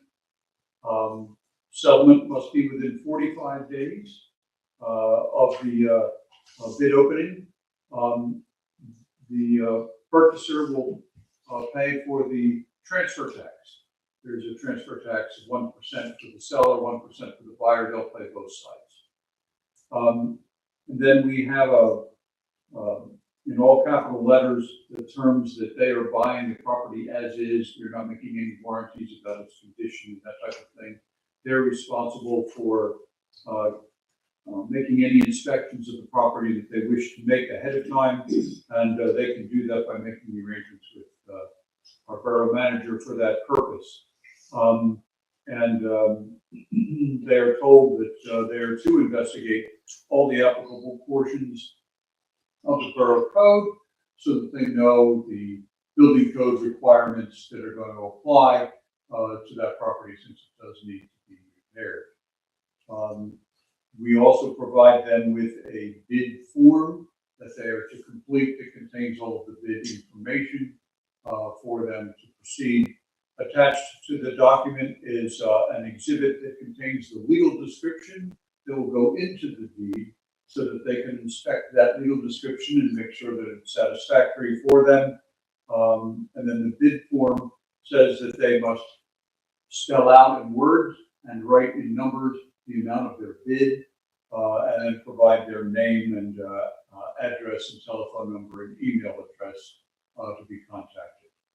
So we're looking for your approval of the bid form and terms and conditions so that we can advertise them. Now, is it correct, Walt, that the purchaser will have to pay off any liens? She said, does the purchaser have to pay off the liens? Yeah, they'll be buying subject to any lien. That's the whole purpose of this. Right. The purchase price will be applied toward the lien. Right, okay. Also, when you say the purchase price will be applied To the lien, yeah. I mean, and the lien on the property is our lien. So that's why we're selling it. We want our lien to be satisfied. Yeah. If we can get some extra dollars, great. If we break even, also great. Actually, let me clarify that a little bit. What happened was, Hold on, David, good. when we purchased the property, we purchased the sheriff's sale, okay, to get the property because of the lien.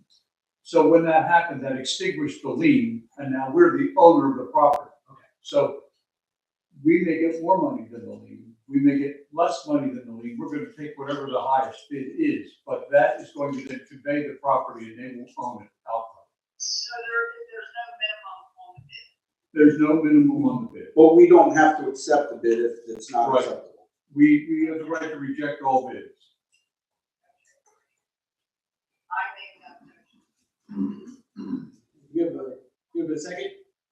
Is that Donnie? Yep. Any other questions, comments, concerns? All right, all in favor, say aye. Aye. All opposed? All right, so moved. Thank you. Thank you. There's nothing for engineer report after the MS4. Beautiful. That will take us to our treasurer. He's great. Okay, the first reports are from December. We spent $50,347.66 in December. Majority of that money for rec was the excavating company working on the park. Sewer, we spent $77,858.47. The majority of that was paid to Pennsylvania American Water. Payroll totaled $29,901.51. And our general fund was $154,268.12. The majority of that money went to Northern York County Regional Police, and that was for January, February, March. January 2024, the rec was $39,961.92. You can see there the York Excavating Company was most of that. That was still the park. Expenses for the sewer were $979.11. Payroll totaled $28,741.17. And the general fund was $28,777.73. Any questions?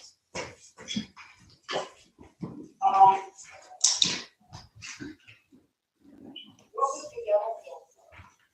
I'm sorry, what did she? Ghetto. She said, Gal? Ghetto. Ghetto. I don't know which bill was that for? We're at, Is it general fund or sewer? What's it for? First page. General fund. General fund.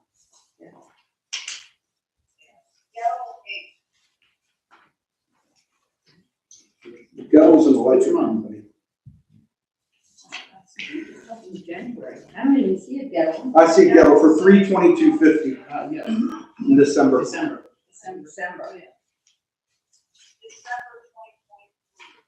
2023. I have to go look to see what it was. I usually just. Do you remember it all, Charlie? I know you were in and out. Yeah, I didn't have to go. You know, They're electric? they're like, Yeah. I have to look and see what that was. Oh, wait a minute. Hold on. I usually look at what the bigger amounts are.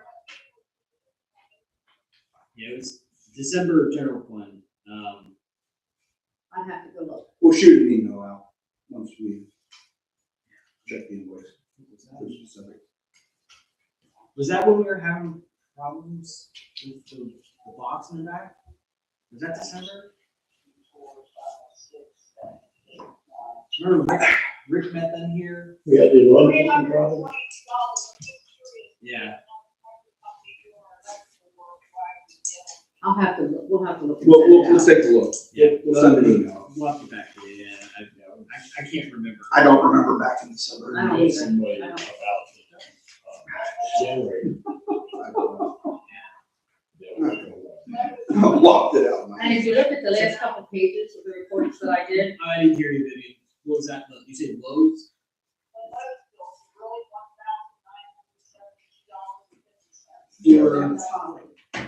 Those is $1,160. which month? December, yes. December. Yeah, we get the individual, every time they go over for something, we get the individual invoices, and then we get a main invoice, and then she takes all the small receipts and puts them together and matches them up. So is there a reason though that we spent $1,000? I'll have to check that one out too. Yeah, we'll have to give you an itemization, because we don't remember what the rest. I want to say they bought more tools for the other truck. Well, we did have a lot of, we had a lot of stuff. Yeah, we did. We just, because I sat down with the guys and I'm like, look, we gotta watch the cost for small equipment, because, you know, they need something here, they need something there, and Does everybody want an answer for those questions? Sure. Want Yeah, me to- Yeah, email out to everybody. Yeah, if you would. Yeah. One thing they're doing is they're making sure that they have basic tools on every vehicle. So they put tool buckets together for every vehicle. it was like they had a little orange car where it was. Right.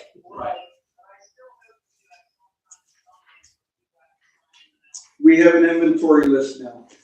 Yeah. We have labeled areas that everything sits in, and we have a master list of all the equipment that's supposed to be there now. and they keep track of everything. And also, nothing gets paid without Dave's approval. He initials everything. I signed everything off, so. He approves everything, has to go through him. Right. If you look behind the reports we just discussed, you can find the financial statements. It tells you the balances in our accounts. We closed the CD and we moved a majority of the money to Pliget. We had an account at Pliget. The interest rate at current is still 5%, 5.2%. So if you look at the report for January, you can see where that money was moved. What did she say that interest is? 5.2%. 5.2. Yeah, they're really crushing right now. Yeah. So I did give some of this information previously. This past year in Abbottstown, we had about $325,000 invested over the course of the year. We got back just over $16,000. So if we have a larger sum in our plate here this year. So I'm anticipating a similar return. So Sonia needs a motion to accept the reports through January 31st. Is that a motion? All right. Do we have a second? Second. All in favor, say aye. Aye. All opposed? All right, so moved. The next one. The extra money, we can dump in one of those accounts so that we can have money to help us get the vote. She said, do we have any extra money laying around to put more into the Pliget to help us pay for the new building? Yeah, we're gonna gauge that. Probably not this year, but future years. Yeah, I mean, what we did was we basically took the CD that came out plus a little bit extra that we had in savings, and we bumped it over. Now, can we bump over our liquid fuels? Yeah, probably. We could probably bump that over too. So we'll look at it. It's taken a little while to get it set up again, but we're finally there. And then Sonia also needs a motion to approve and ratify the bills through today. Right? Motion. All right, I heard Vicky first, and I'll have Vivian as a second. All in favor, say aye. Aye. All opposed? All right, so moved. The last thing in your folder should be a letter. Well, not in your folder because you still have Tom yet, but the quick response team for your county has asked for a donation. Last time we donated $1,000, and that was a year ago. We have it in the budget. Yeah, I have no objections to giving them $1,000.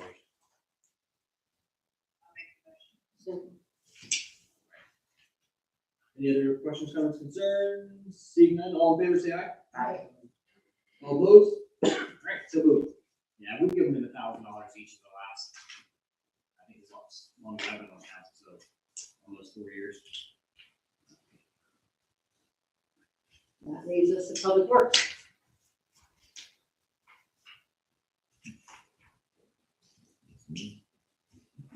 Thank you for your report, sir. You're welcome. Mr. Bashir, you have anything for us? Just, we had some issues with plowing snow, some complaints throughout the borough. If you have any complaints, please notify the office. Somebody commented to it, they got no response, which is nothing unusual. That's not the case. Please contact the office. I will personally see that the issue is taken care of. Somebody's got some yard messed up. And they complained about the speed of the trucks going through the borough plowing snow. That will be addressed.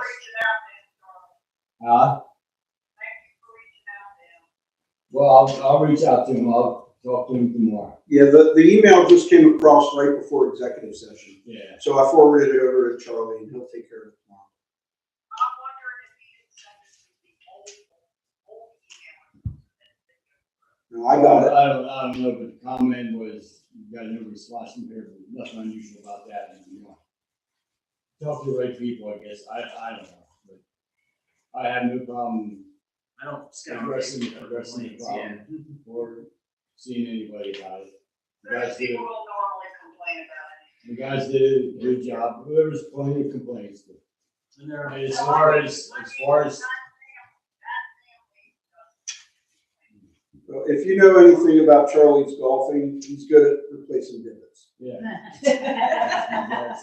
He'll get it taken care a of. public meeting. We did get some more tick lines painted, and it just worked out that we had a beautiful week. And I thank everybody for moving their cars. You only got a 24-hour notice, and everybody did great. 7th Avenue, Avenue Street, everything went. Looks good. Everything went as planned, but I can't get them all done at one time. I try to get done what we can. If you can get some nice weather, I'll get some more done. I appreciate Good that luck. on the street. Yeah, yep. That's my street. We got Latimer done, we got 7th done, we got Queen Street done. Did you ever get all Fifth Avenue done? I'm just curious. I know. Fifth Avenue is done from George Street to Elk. Both sides. Yeah. That's done. Charlie, you want to bring up about the fact that people flushing things down that shouldn't? Yeah, we've had an issue at 1100 block of Luke Street with people flushing stuff down the commodes or washers and dryers that shouldn't be in there. They're rags, and it's blocking. It's costing the borough money to get a truck out. Did you say flushing rags? Right. They're rags. It was rags. There's a lot of things flushed Rags, that. baby wipes. Yeah, baby Cotton wipes. metal wipes The that are stuff not. that they tell you is flushable is not flushable. Don't understand why people, I mean, I'm gonna be a little lazy, like, why would you put that stuff down? Well, you know it's gonna cost something. Well, I think Some it's, people just don't a care. lot of people don't, like I said, either care or really don't know. I mean, a lot of stuff is advertised as flushable, and it's absolutely not flushable. It shouldn't be allowed to put that on the packaging. Right, and it, right, and well, you know, but, and then not only does it cost the borough money, the taxpayer money, you know, those wipes and t-shirts and gloves and all the junk you put down the sewer, it will eventually back up, and then it's gonna cost your neighbors money too, because they're gonna be dealing with problems. Yeah. Well, it was a little bit of everything. in this Yeah, it section. was- And this is the second time it's that Same spot. same spot. 1100 block. 1100 block. 1131. Yeah, I guess. There's only so many homes on the 1100 block. Yeah, well, and it could have come from 1,000 blocks. You know, okay. There's only 2 homes on the other side of that block. But that's the second time when that block in a year. What cross street is right here? I'm trying to make sure. Reynolds Way. Reynolds Way. Reynolds and Duke.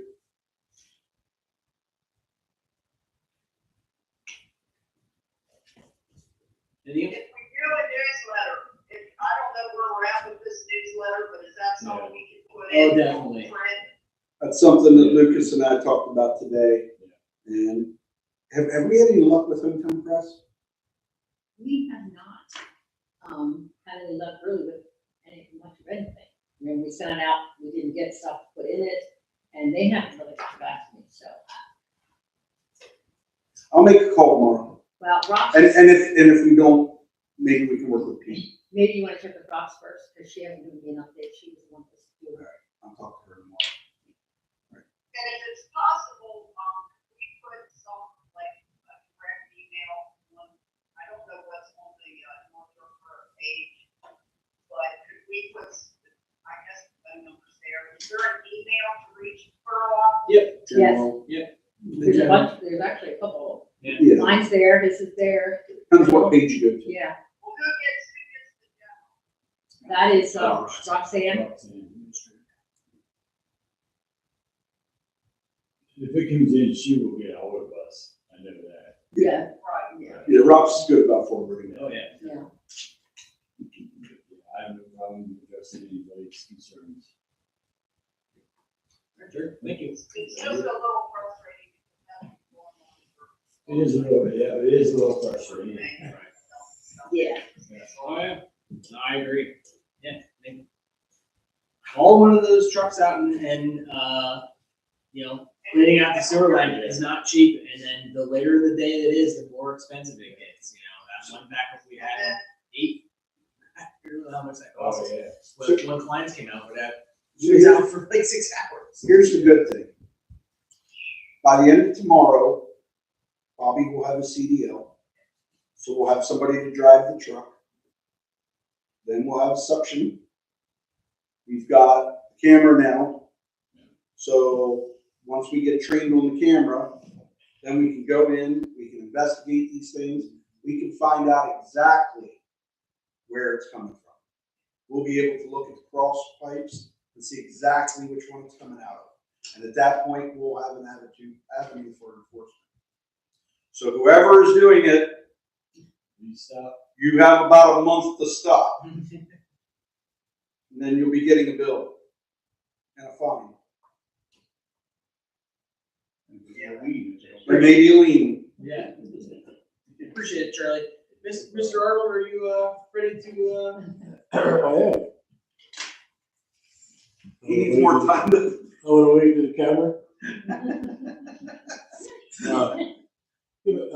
Quick synopsis of last year. This is the first part of it for 23. Last year I collected $100,475 for last year. That total reflected what was collected in housing, inspection fees, as well as citations and parking tickets. I wrote 71 parking tickets. I issued 58 permits and sent out 47 violations. Now, the interesting part, so far this year, this was as of just a few days ago, I've already collected $35,270 this year so far, and it's only 6 weeks into the year. Attaboy. And that's in housing registration and inspection fees, and $615 in inspection fees for just doing inspection. So far, I've issued 3 parking tickets, I've issued 3 permits, and written 18 violations. Most of the violations were not showing loose snow, or a couple of them were for trash. Regarding the sewer issue that we had, I sent out violations for 3 houses on that block after that incident. And I'm sure one of them is where that came from, just by looking at the house and so on. So I'll be interested to see if they pay the fine. If not, then, we'll be happy to see them over on the other 6th Avenue. The letters for the 2024 housing went out. The second half are only going out. We're actually going to probably give them till the end of March to make their payments. There's still been a problem with, first of all, with the computer, then with Dave, some of his classes. I was on vacation, so, and we're trying to get together to do that. I've taken a couple more internet classes. I did several walkthroughs for permits since the first of the year. A lot of it with Devon, the storage facility. If you get a chance, you ought to go see that place. It's amazing. They did a phenomenal job, and it's beautiful. You wouldn't believe it's the same building. Yeah, I mean, from what the former roof was, the big open warehouses and so on, it's beautiful now. It's a drive-through storage. You come from the north side, you drive in after you rent your spot. It's controlled with heat. And it's also controlled with electronic guys. When you come in, the door shuts behind you. They have exhausts, so you don't have to worry about anybody overcome with carbon monoxide. You go to your place that you rented, drop your stuff off, drive out the other side. It's really a neat concept. It's really a neat thing. They did a beautiful job on that, and that is going to give us a decent amount of tax revenue. It also gave us last year, I think it was $23,000 in permit costs. So windfall. It was very nice. All right. As you might imagine, there's been several calls regarding trash. Go figure. All right. Now, I do think it's slowing up. We've gone around to I've had several meetings with Penn Waste, some involving Public Works and Penn Waste, with moving some of the trash sites to the rear properties and so on. We're trying to do our best. Okay, as a situation arises, we do our best to try to correct it. Sometimes it just cannot be corrected. But for example, the No 100 block, is that what it is, Charlie? No 100 block. Of 8. Ridge Creek Lane. Yeah, well, we're still waiting to hear back from them, but Public Works already has leveled it out, put stone down, removed an old pole, and Penn Waste feels they can back down because it's so narrow in the alleys, they can't get the trash cans back. We're going to allow them to put the trash in the back. So we're actually, Sandy, while you're here videotaping me, we're looking at doing the rear of your block. So you don't have to bring stuff out front. So, Charlie, is that the one that had the parking bollards up? that's where that, No, that's right. That's actually Zigsby turns into Rowell's. Okay, right. Right. It's the other one. Next one down. It's between Rowell's and right off the floor. So anyway, yeah, Tracy. Just walking the dog every week or every day. Yeah. Did most of the people know we only have Monday trash? Because Yeah. Thursdays. Well, all right. Now I was getting ready to address it. Okay. What I'm doing is drafting a letter. When I see, I'll give you a good example of some of the things that I see. Right at the corner of Duke and 6th, there's a guy. If you look to the side of his house, it's a guy that feeds the birds pizza. You know? Yeah. Anyway, we've talked to him about that. I think that situation's been correct. But he has 2 green Penn Waste trash cans, the new blue one and the blue recycling. All right. So this gentleman puts all 4 of them in. Okay. And obviously Penn Waste isn't going to take the green ones. So what we're doing, rather than fining people yet, we're making up warning letters. And we're going to, if he's home, we're going to give it to him. We're going to close the door. Hey, listen, here's the policy. Maybe you didn't notice it. All right. But this is what the policy is. Mondays only, recycling, large item, blue trash can only. That's it. If you don't want the green ones, put a sign on them, put them out, they will take them away. All right? There's been rumors, and it's unfounded, that Penn Waste has told some of the citizens that we're requiring certain things. That's incorrect. Okay? For an example, somebody called Penn Waste to get a smaller trash can because they couldn't get it through their fence. So when they initially called them, they said, Penn Waste told me that they can't get that we're requiring 1 trash can. I said, it's not true. Misty, the supervisor who I've been dealing with, tremendous help. She said, oh no, absolutely not. They hear that again, they want to get a name, and that person will be reprimanded. So Penn Waste is working very well with us. We're trying to do things. It's gotten better than I thought it would have been in the first 5 to 6 weeks. If you didn't know, we had coverage on Channel 8, Channel 21, and Channel 27. Okay, I had, what's that? We saw you, superstar. Oh, you did? You want my autograph? Yeah. Okay. But they came out at our request to just kind of go over because, you know, there was stuff on Code Red, there was stuff on our website. There was stuff that Penn Waste put in the bottom of the trash barrels. You had to crawl in to get it out. But some other things. So there was more that could have been done. We understand that. And we're trying to, now maybe the horse is out of the gate, but we're trying to put him back in. So I think it's going to get better. Yes, Just like we thought that Taylor Swift was. We got. Vicky, go ahead. For large item pickup. Yes. I've had some constituents ask me where are they supposed to place them. It has to be on the curb, and you gotta be able to get to it. In other words, say you have two cars parked there and they have a mattress and they lean it up against the house, you're not gonna touch it. It's gotta be towards the street. Do the residents have to call? No, I haven't picked up. no, Okay. Okay, that's gonna be picked up on Monday also. Monday. Okay. Question about the second trash can. So if a resident calls requesting a second trash can, are they going to have to pay for that can? Potentially, yes. If they want a second one. It depends. Yes, Depends yes, on how much. I couldn't quite hear you, but if they request, because they have a large family and they want a second trash container, it will be charged double. And that's not anything that the borough is asking, that's totally Penn Waste. It's like the gentleman that puts out the 2 green cans. He might still pick them up, but he's gonna get charged for that. Yes, Sandy. Did she talk now? Yeah. Yeah, okay. Well, hold on, Mayor had something. Oh, yeah, I'm sorry, Mayor. So if they have the big container. Yeah. And they want the small containers so they can get things through. Yeah. They get 2 of them, No, they only get 1. you only get one. Okay. Yeah, and Penn Waste will come out, take the big one back, and leave the smaller one there, but they only get one.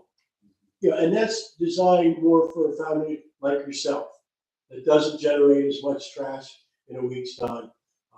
The one issue that we're trying to deal with are people that have husband, wife, 6 kids, the in-laws, and a cousin coming in from New York, all right? Where they generate mounds of trash. And that's an issue that we're trying to deal with. And that's something we're working with Penn Waste. We're trying, yes, Andy? Okay, I have a new neighbor. Yeah. The neighbors prior to her that owned the home that she bought took the new yellow lid and blue lid along with them when they moved. This young woman was given a green with a black lid. By It Penn said Waste? Penn Waste and it said trash only on the top of it. And they are taking the green ones because I talked to the guy, he had no problem with taking mine. I hate waste. Well, I agree with you, but I flat out was told by Penn Waste, it has to be the blue. Well, I guess if they make the Yeah, if they're concession, gonna it's take it, on that, more power to them. Yeah. All right, and if they gave this lady, maybe they ran out of blue ones. From what I was told by Penn Waste, that all came from their supplier. Because I said, why didn't you give us green ones? They look better when you look down the street instead of seeing blue, blue, blue, blue, blue. Green would have looked better. And they said it was a supplier issue. That's what they could get. They got what they could get. There are some down in front of the very, where the new bedding place is. The who? The new bedding place. Yeah. It used to be Stagners. Right across from there where they refinished I know, that. 601, they have it in the front and the back. Yeah. Yeah, and I've the already ones talked in to the Penn front, Waste. I don't even think they're using. I talked to Penn Waste, because some of those are empty. Yeah. Again, it's still in 5 weeks, it's not bad, but it's still got its ways to go. In reference to what Walt said, I hope I'm not talking out of school. And you can yell at me if you want to, Walt, because these glasses only are for reading and I really can't see you. Okay. This transpired the bidding process. I had a landlord that I did some work for with inspections, and I just happened to tell him about the property. So he said, let's go look at it. We went down and looked at it. We were talking 417. He called me the next day and he goes, yeah, I'll buy it. In the meantime, the guy who's doing the work next door at 419 from Complete Restoration called me and he said, look, PMCA's giving us a hard time. They won't give us a CO until certain things are done at the house next door. I'll buy the house next door. So in a day and a half, I had 2 people wanting to buy it. So that meant that we have to bid it out. Right. So that's why I gave all the information to Walt, and I also gave Walt's information to the 2 people.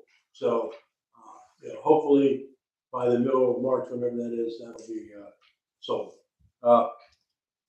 50 West 9th, which we condemned, and that went to a sheriff's sale, but nobody bid on it. The bank has it back. We recently sent them our lien information, which was minimal. But they're gonna pay that off, so all the money that we had tied up in that house, which was less than $1,000, we're getting back. I just recently condemned 311 East Fifth Avenue over here. The guy is playing cat and mouse with us. When he's there, when he's not, when he's there, when he's not. I went there with 6 sheriffs with guns drawn the other week, and the guy wasn't there. He comes in at night, slides the stove across the back door, front door is locked, nobody can get in. So the sheriff department knows when the stove is slid back, he's not there. So they're trying to catch him. But I actually got his phone number. I had a phone number, so I gave it to the sheriff. So hopefully that will be done. I'm also working, there is the magazine that we had an article in last year about, some of the upgrades we're doing in the borough. They want to do a story on the park. So as soon as the snow melts and I can get a picture of the park, all right, which has to be done soon, I got a call today from the New York Planning Commission. They said, hey, we want that article. We have to get it in, I think, by the end of next week. So we're going to do that. We're just going to put in about what we've done, what the grant was for, what we had to match, and all the stuff that we've done and how beautiful it is now and so on. So that'll be in that magazine coming out in the next week or so. Next month. And as Dave said, tomorrow we're meeting with Inch & Company. I told you what their plans are. And one more thing. There is the old Wolfgang Candy on 4th. A company bought both sides.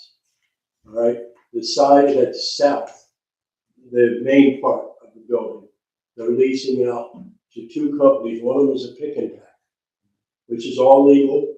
It's a warehouse, and the front of it's going to be an office, which is legal, which is what it was before. Okay, the one on the left side, the small one, this is all come about within the last few days, that somebody wants to possibly put apartments in there. All right, so they're going to be going in front of the zoning hearing board, get approval to do that. But that'll definitely be an upgrade to that building and bring in some well-deserved and needed revenue. Yes. Are you talking about Latimer? No. No, it's talking about the one on the corner of 4th and Little Duke. Yeah, it's right across from the old factory. Small factory. It's right across, it's a small part. Yeah. What's going with the property on Latimer? At this point, nothing. I think that has not been sold. That is still owned by Wolfgang, I guess. Because I spoke to the gentleman, we had a meeting on Friday, who wants to develop. And I said, what's going on with that? He goes, I don't know, we don't own it. So that wasn't part of the sale. Okay, thank you. Any other questions? Oh. What's she saying I gave her? So the Wolfgang building, the bigger one, the one that with the old looking facade, that is being rented as a warehouse now, or is going to be rented as a warehouse. And then the small workshop, I guess, whatever it was, at the corner of Little Duke and 4th, right at the corner where you can, if you keep going down Little Duke, you can go to Charlotte's. That is, I guess, did they submit their application for zoning hearing? Oh, this just transpired today. Yeah, this all just happened. They called to get information. They intend to file an application for zoning hearing about turning that into an apartment complex of some sort. So what we did was we I don't know. You know the name of the developer who will be applying? No. So what we did was we chatted with them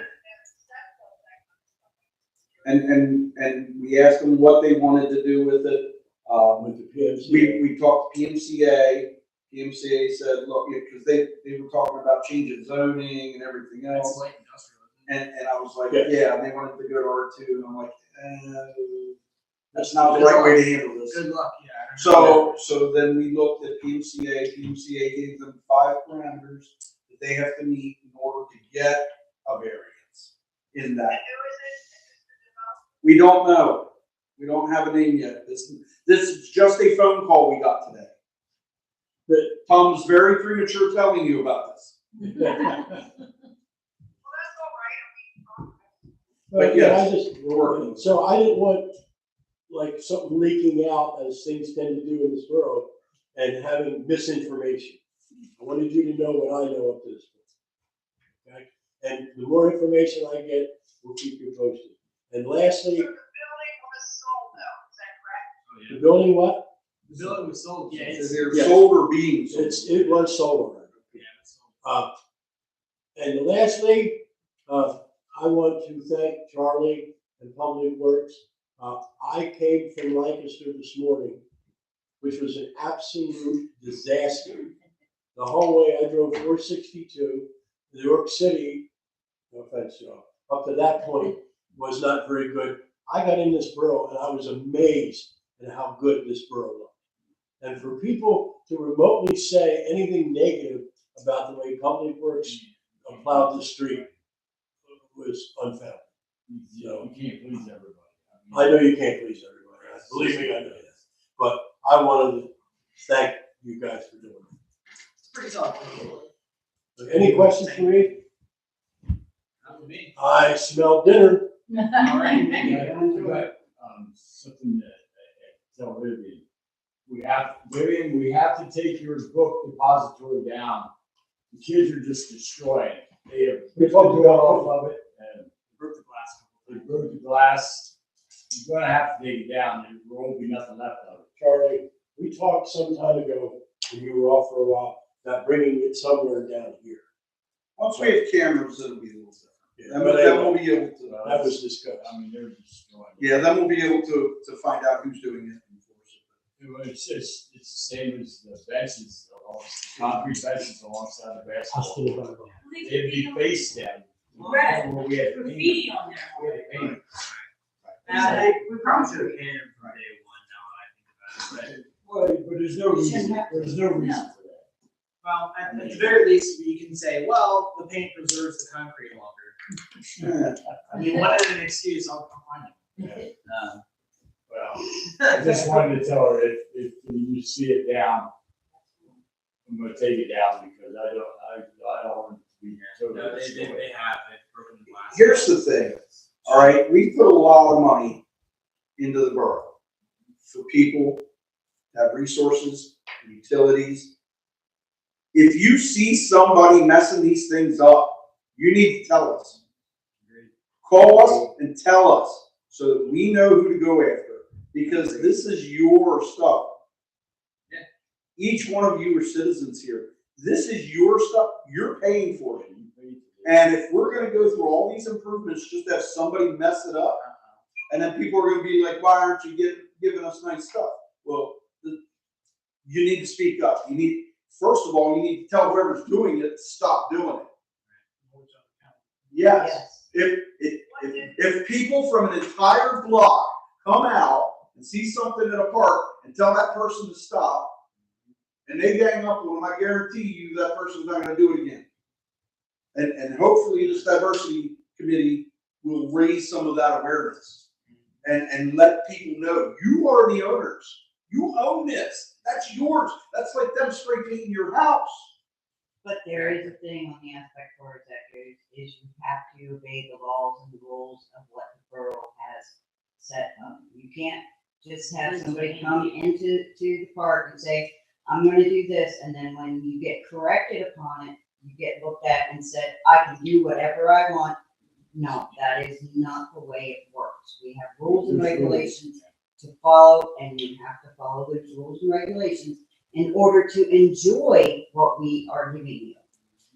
Once we get the camera system in, it's going to be a very good camera system. We're going to be able to zoom in on somebody's nose. So all those blurry pictures we used to have of people messing the park up, those days are gone.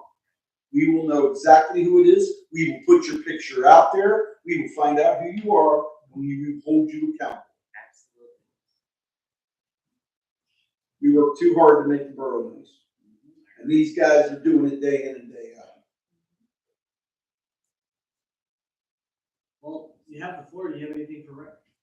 Park and Recs, we are going to have an Easter event right at this moment. There's just been too much going on. I forget which date it is. It's March 23rd. Thank you, March 23rd. At the park. At the park. Tentatively, right, I guess. Yeah, Yeah, we have some- technically, if everything works right, because last year it rained and we had to, well, we had to go up to the church. But we want to have it at the church, at the park. So, and then the rest of the activities that are going to end up happening for us throughout the year, like we'll end up sending out, house to house as we did last year. Hopefully, if yours get lost, maybe the neighbor will end up telling you about it, because I have a lot of cases of people saying, well, we didn't know this was here and we didn't know this was happening. Well, that might be in fact because maybe you just didn't look underneath the mat or in your door or away. Well, and yeah, we can put that out in the newsletter, we can put it on the website.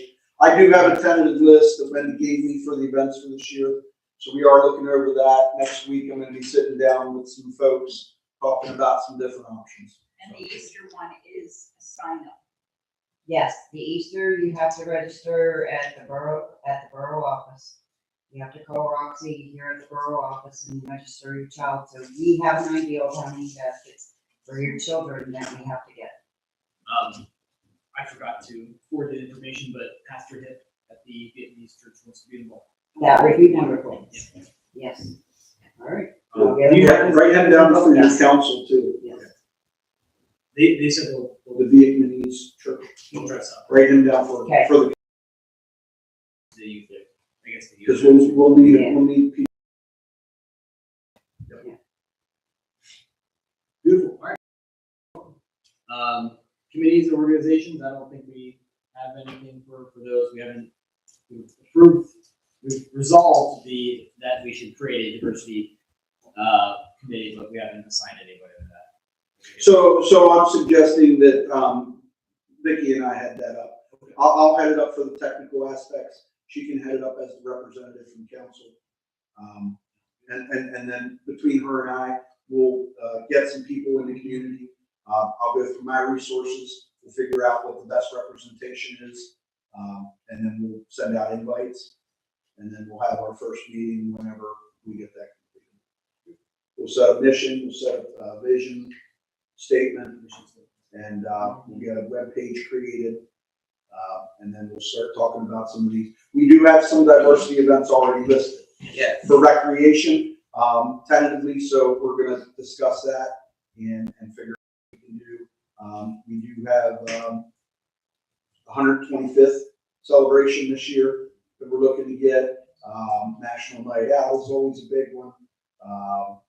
And then we are looking at ethnocentric events as well, such as Juneteenth and a day for the Latin community as well, and then also an event for veterans. So, and those hit a lot of the groups that I was trained with. So, Is this a typo for equity or is it equality? it's equity.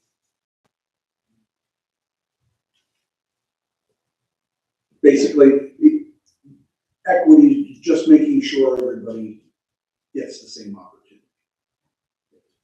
And we'll explain all that. Yeah, someone explained the difference to me is this.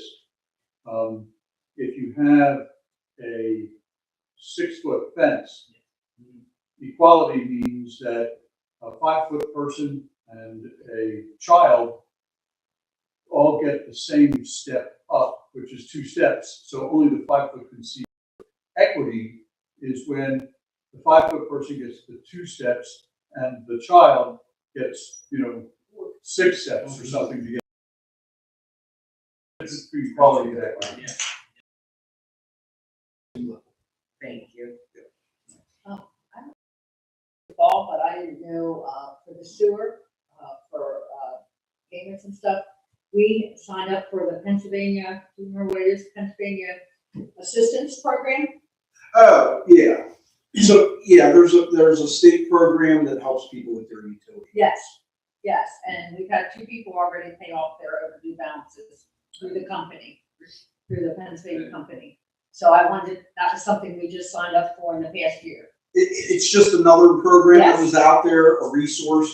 All we had to do is a couple pieces of paperwork and say, yes, we'll accept those payments. Yes. and then people in the community can just apply for it Yeah. and get their bills taken care of. We So had it a helps them, helps us. Yeah. We had a lady that came in and talked to Dave about it, because at that point we would sign up. So now they signed up. I think PA assistance will help with any utility. Any utility. Yes. utility bill, but I think it's based off of. You fill out an application, they have to fill out an application and Yeah, sign. residents apply. And- Yeah, And then all we had to do was accept the program. right. Which And is the like, check comes right into our account. yes, we will take your The money. money comes right into the account. Just to piggyback off of that, there's another program that does the same thing for housing. So that if you have repairs, essential repairs or blighted properties that need to be addressed, you can sign up, like the homeowner can sign up. Right. Now, we're just facilitators. We're not paying anything towards that, Right. but we're sponsoring it, basically saying, yeah. Right. We've had them come and present. Like we had set aside like special meetings for people for them to, and I was the only person there and I applied and I didn't qualify, so. Yeah, and that's the thing, that's the tough part about it. The people that need these resources to be able to complete such applications. So we're just trying to make it a little easier. And what they do then is they send us a form. They have an account number for that person. Not our account number, but they have their own account number. And then they send us and they say, tell us what they owe. And then within a couple of days, I have. They send us a check. Yeah, great. Yeah. Sounds good to Are me. you talking about the county programs then? I think this is a state. The PA assistance, that's a state program. The one I was talking about was the county program where they, they'll give you a certain amount of money to upgrade, your house windows, facade, stuff like that. We used to have a special meeting just for them to advertise, but nobody. Hopefully in the future, some of my side duties that I've had can go away so that we can concentrate more on those type of community programs. Anybody old business, new business? I'd like to touch on something. Old and new, Joel. Streets and sidewalks. Okay, yeah, what's up? So I'll make it quick. I'm pretty sure people have spoken about it before. This is more towards the residents. Somebody that's been doing snow removal for 2 years.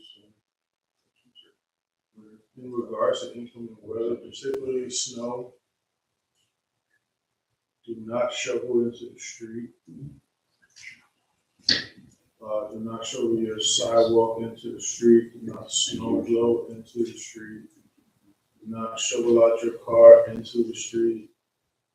And when a plow comes and pushes it right back on your car, get upset. Just don't do it in front of your car or the rear of your car. Yeah. Right. And be prepared to lose your spot. It is what it is. Yeah, it's public parking. Right. Yeah. And, Can they be fined? You can be for. In the borough, like, for I throwing mean, I know you're talking about the city, but yeah. Oh, Can yeah, you yeah. For be putting- fined in the borough? Yes, you can. Okay. Yeah, it is illegal to place your snow. Okay. Okay. It's illegal for us. Right. We have a few residents that I know of that do it Yeah. every single time. Yeah. And I put their snow right back when Yeah. there's no. But it's. Yeah.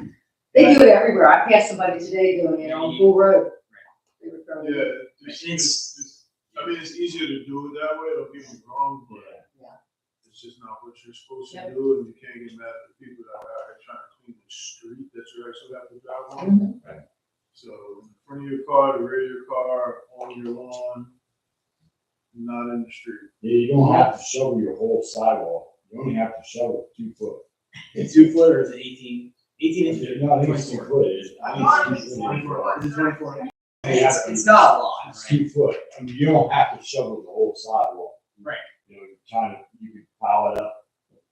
Yeah. For the older people, it's easier. But the for only them to problem do it is than- I'm doing the whole sidewalk, it starts to melt and then ices up, Thanks, Joel. So Joel, to your point, when I came into the borough today, I drove around just to, check on everything. There were some people throwing stuff out on the road. So Tom did go over and just, you know, politely let him know, hey, don't. I mean, some people genuinely really don't know. Yeah. Right, You know, right. They just don't care. So yeah, he was driving around the day letting people know. Yeah, just don't do it. It makes it harder on us. And for that, do get upset when we're plowing. I drove 5 hours today. Yeah. At 5 o'clock in the morning, which is an easy day. Right. Try driving 5 hours. So then try driving 5 hours in 1 square mile over and over. Yes. Oh, yeah, no, you're absolutely right. I mean, Charlie, what was your longest day in a truck? Probably about 14 hours. Yeah, mine was probably about 12. Bob Sear one time did about 18. I mean, just kept snowing. Now he was driving the entire time. I spelled him, but he was my co-pilot. So I mean, it can happen. It's a thankless job. Yeah, your plow can drift on you, your tail end can drift on you. Yeah. And you just see in the same street over and over and over. I've had people that thought they saw people running in front of them. Yeah. We've done 36 hours straight. Yeah. Right. Yeah, it gets weird at 3 in the morning and you've been driving for 8 hours. Yeah, the same road. You start to lose it a little bit. Yeah. Yeah. So Did you want to step out or no man. just checking? I would have hit your street for you. Well, now that we have that bill. Well, usually when it's snowing, I'm needed somewhere else. Yeah, right. Yeah. We can open the floor to public comment. I just have one more thing. The week before my training last week, I attended the 811 Board of Directors meeting. We got training on subsurface utility engineering requirements. Yes. If you're interested in that, let me know and I'll share my facts. Yeah, It's called SUE. SUE. Subsurface utility engineering.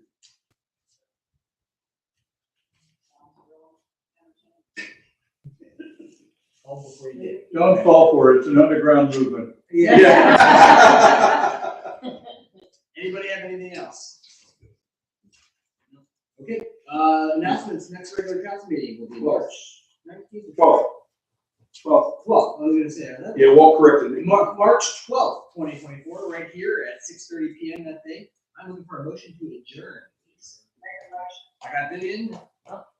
So you want to do two? Joel. All right. All in favor, say aye. Aye. All opposed? So moved. Thanks, everybody.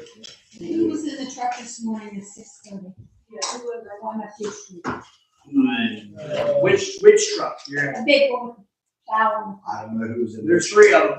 Well, but all I know it was. There was 900 blocks.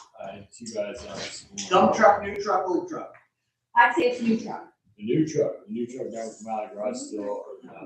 Oh, it's newer than the one I remember. Oh. With North. That's not the one. It's a rest. The new one did come out of garage still. It's been easy, but 6:30 this morning. I got up and shoveled This is my what I'm telling you. sidewalk because the guy across the street shoveled it. The last time we had 2 inches, charged him $50. Save that detail for after advertising. He said he did it twice, $25, which is bullshit. I said, no. Oh, crazy. so somebody come up the street and push the snow back on. Yeah, I'm not worried about that.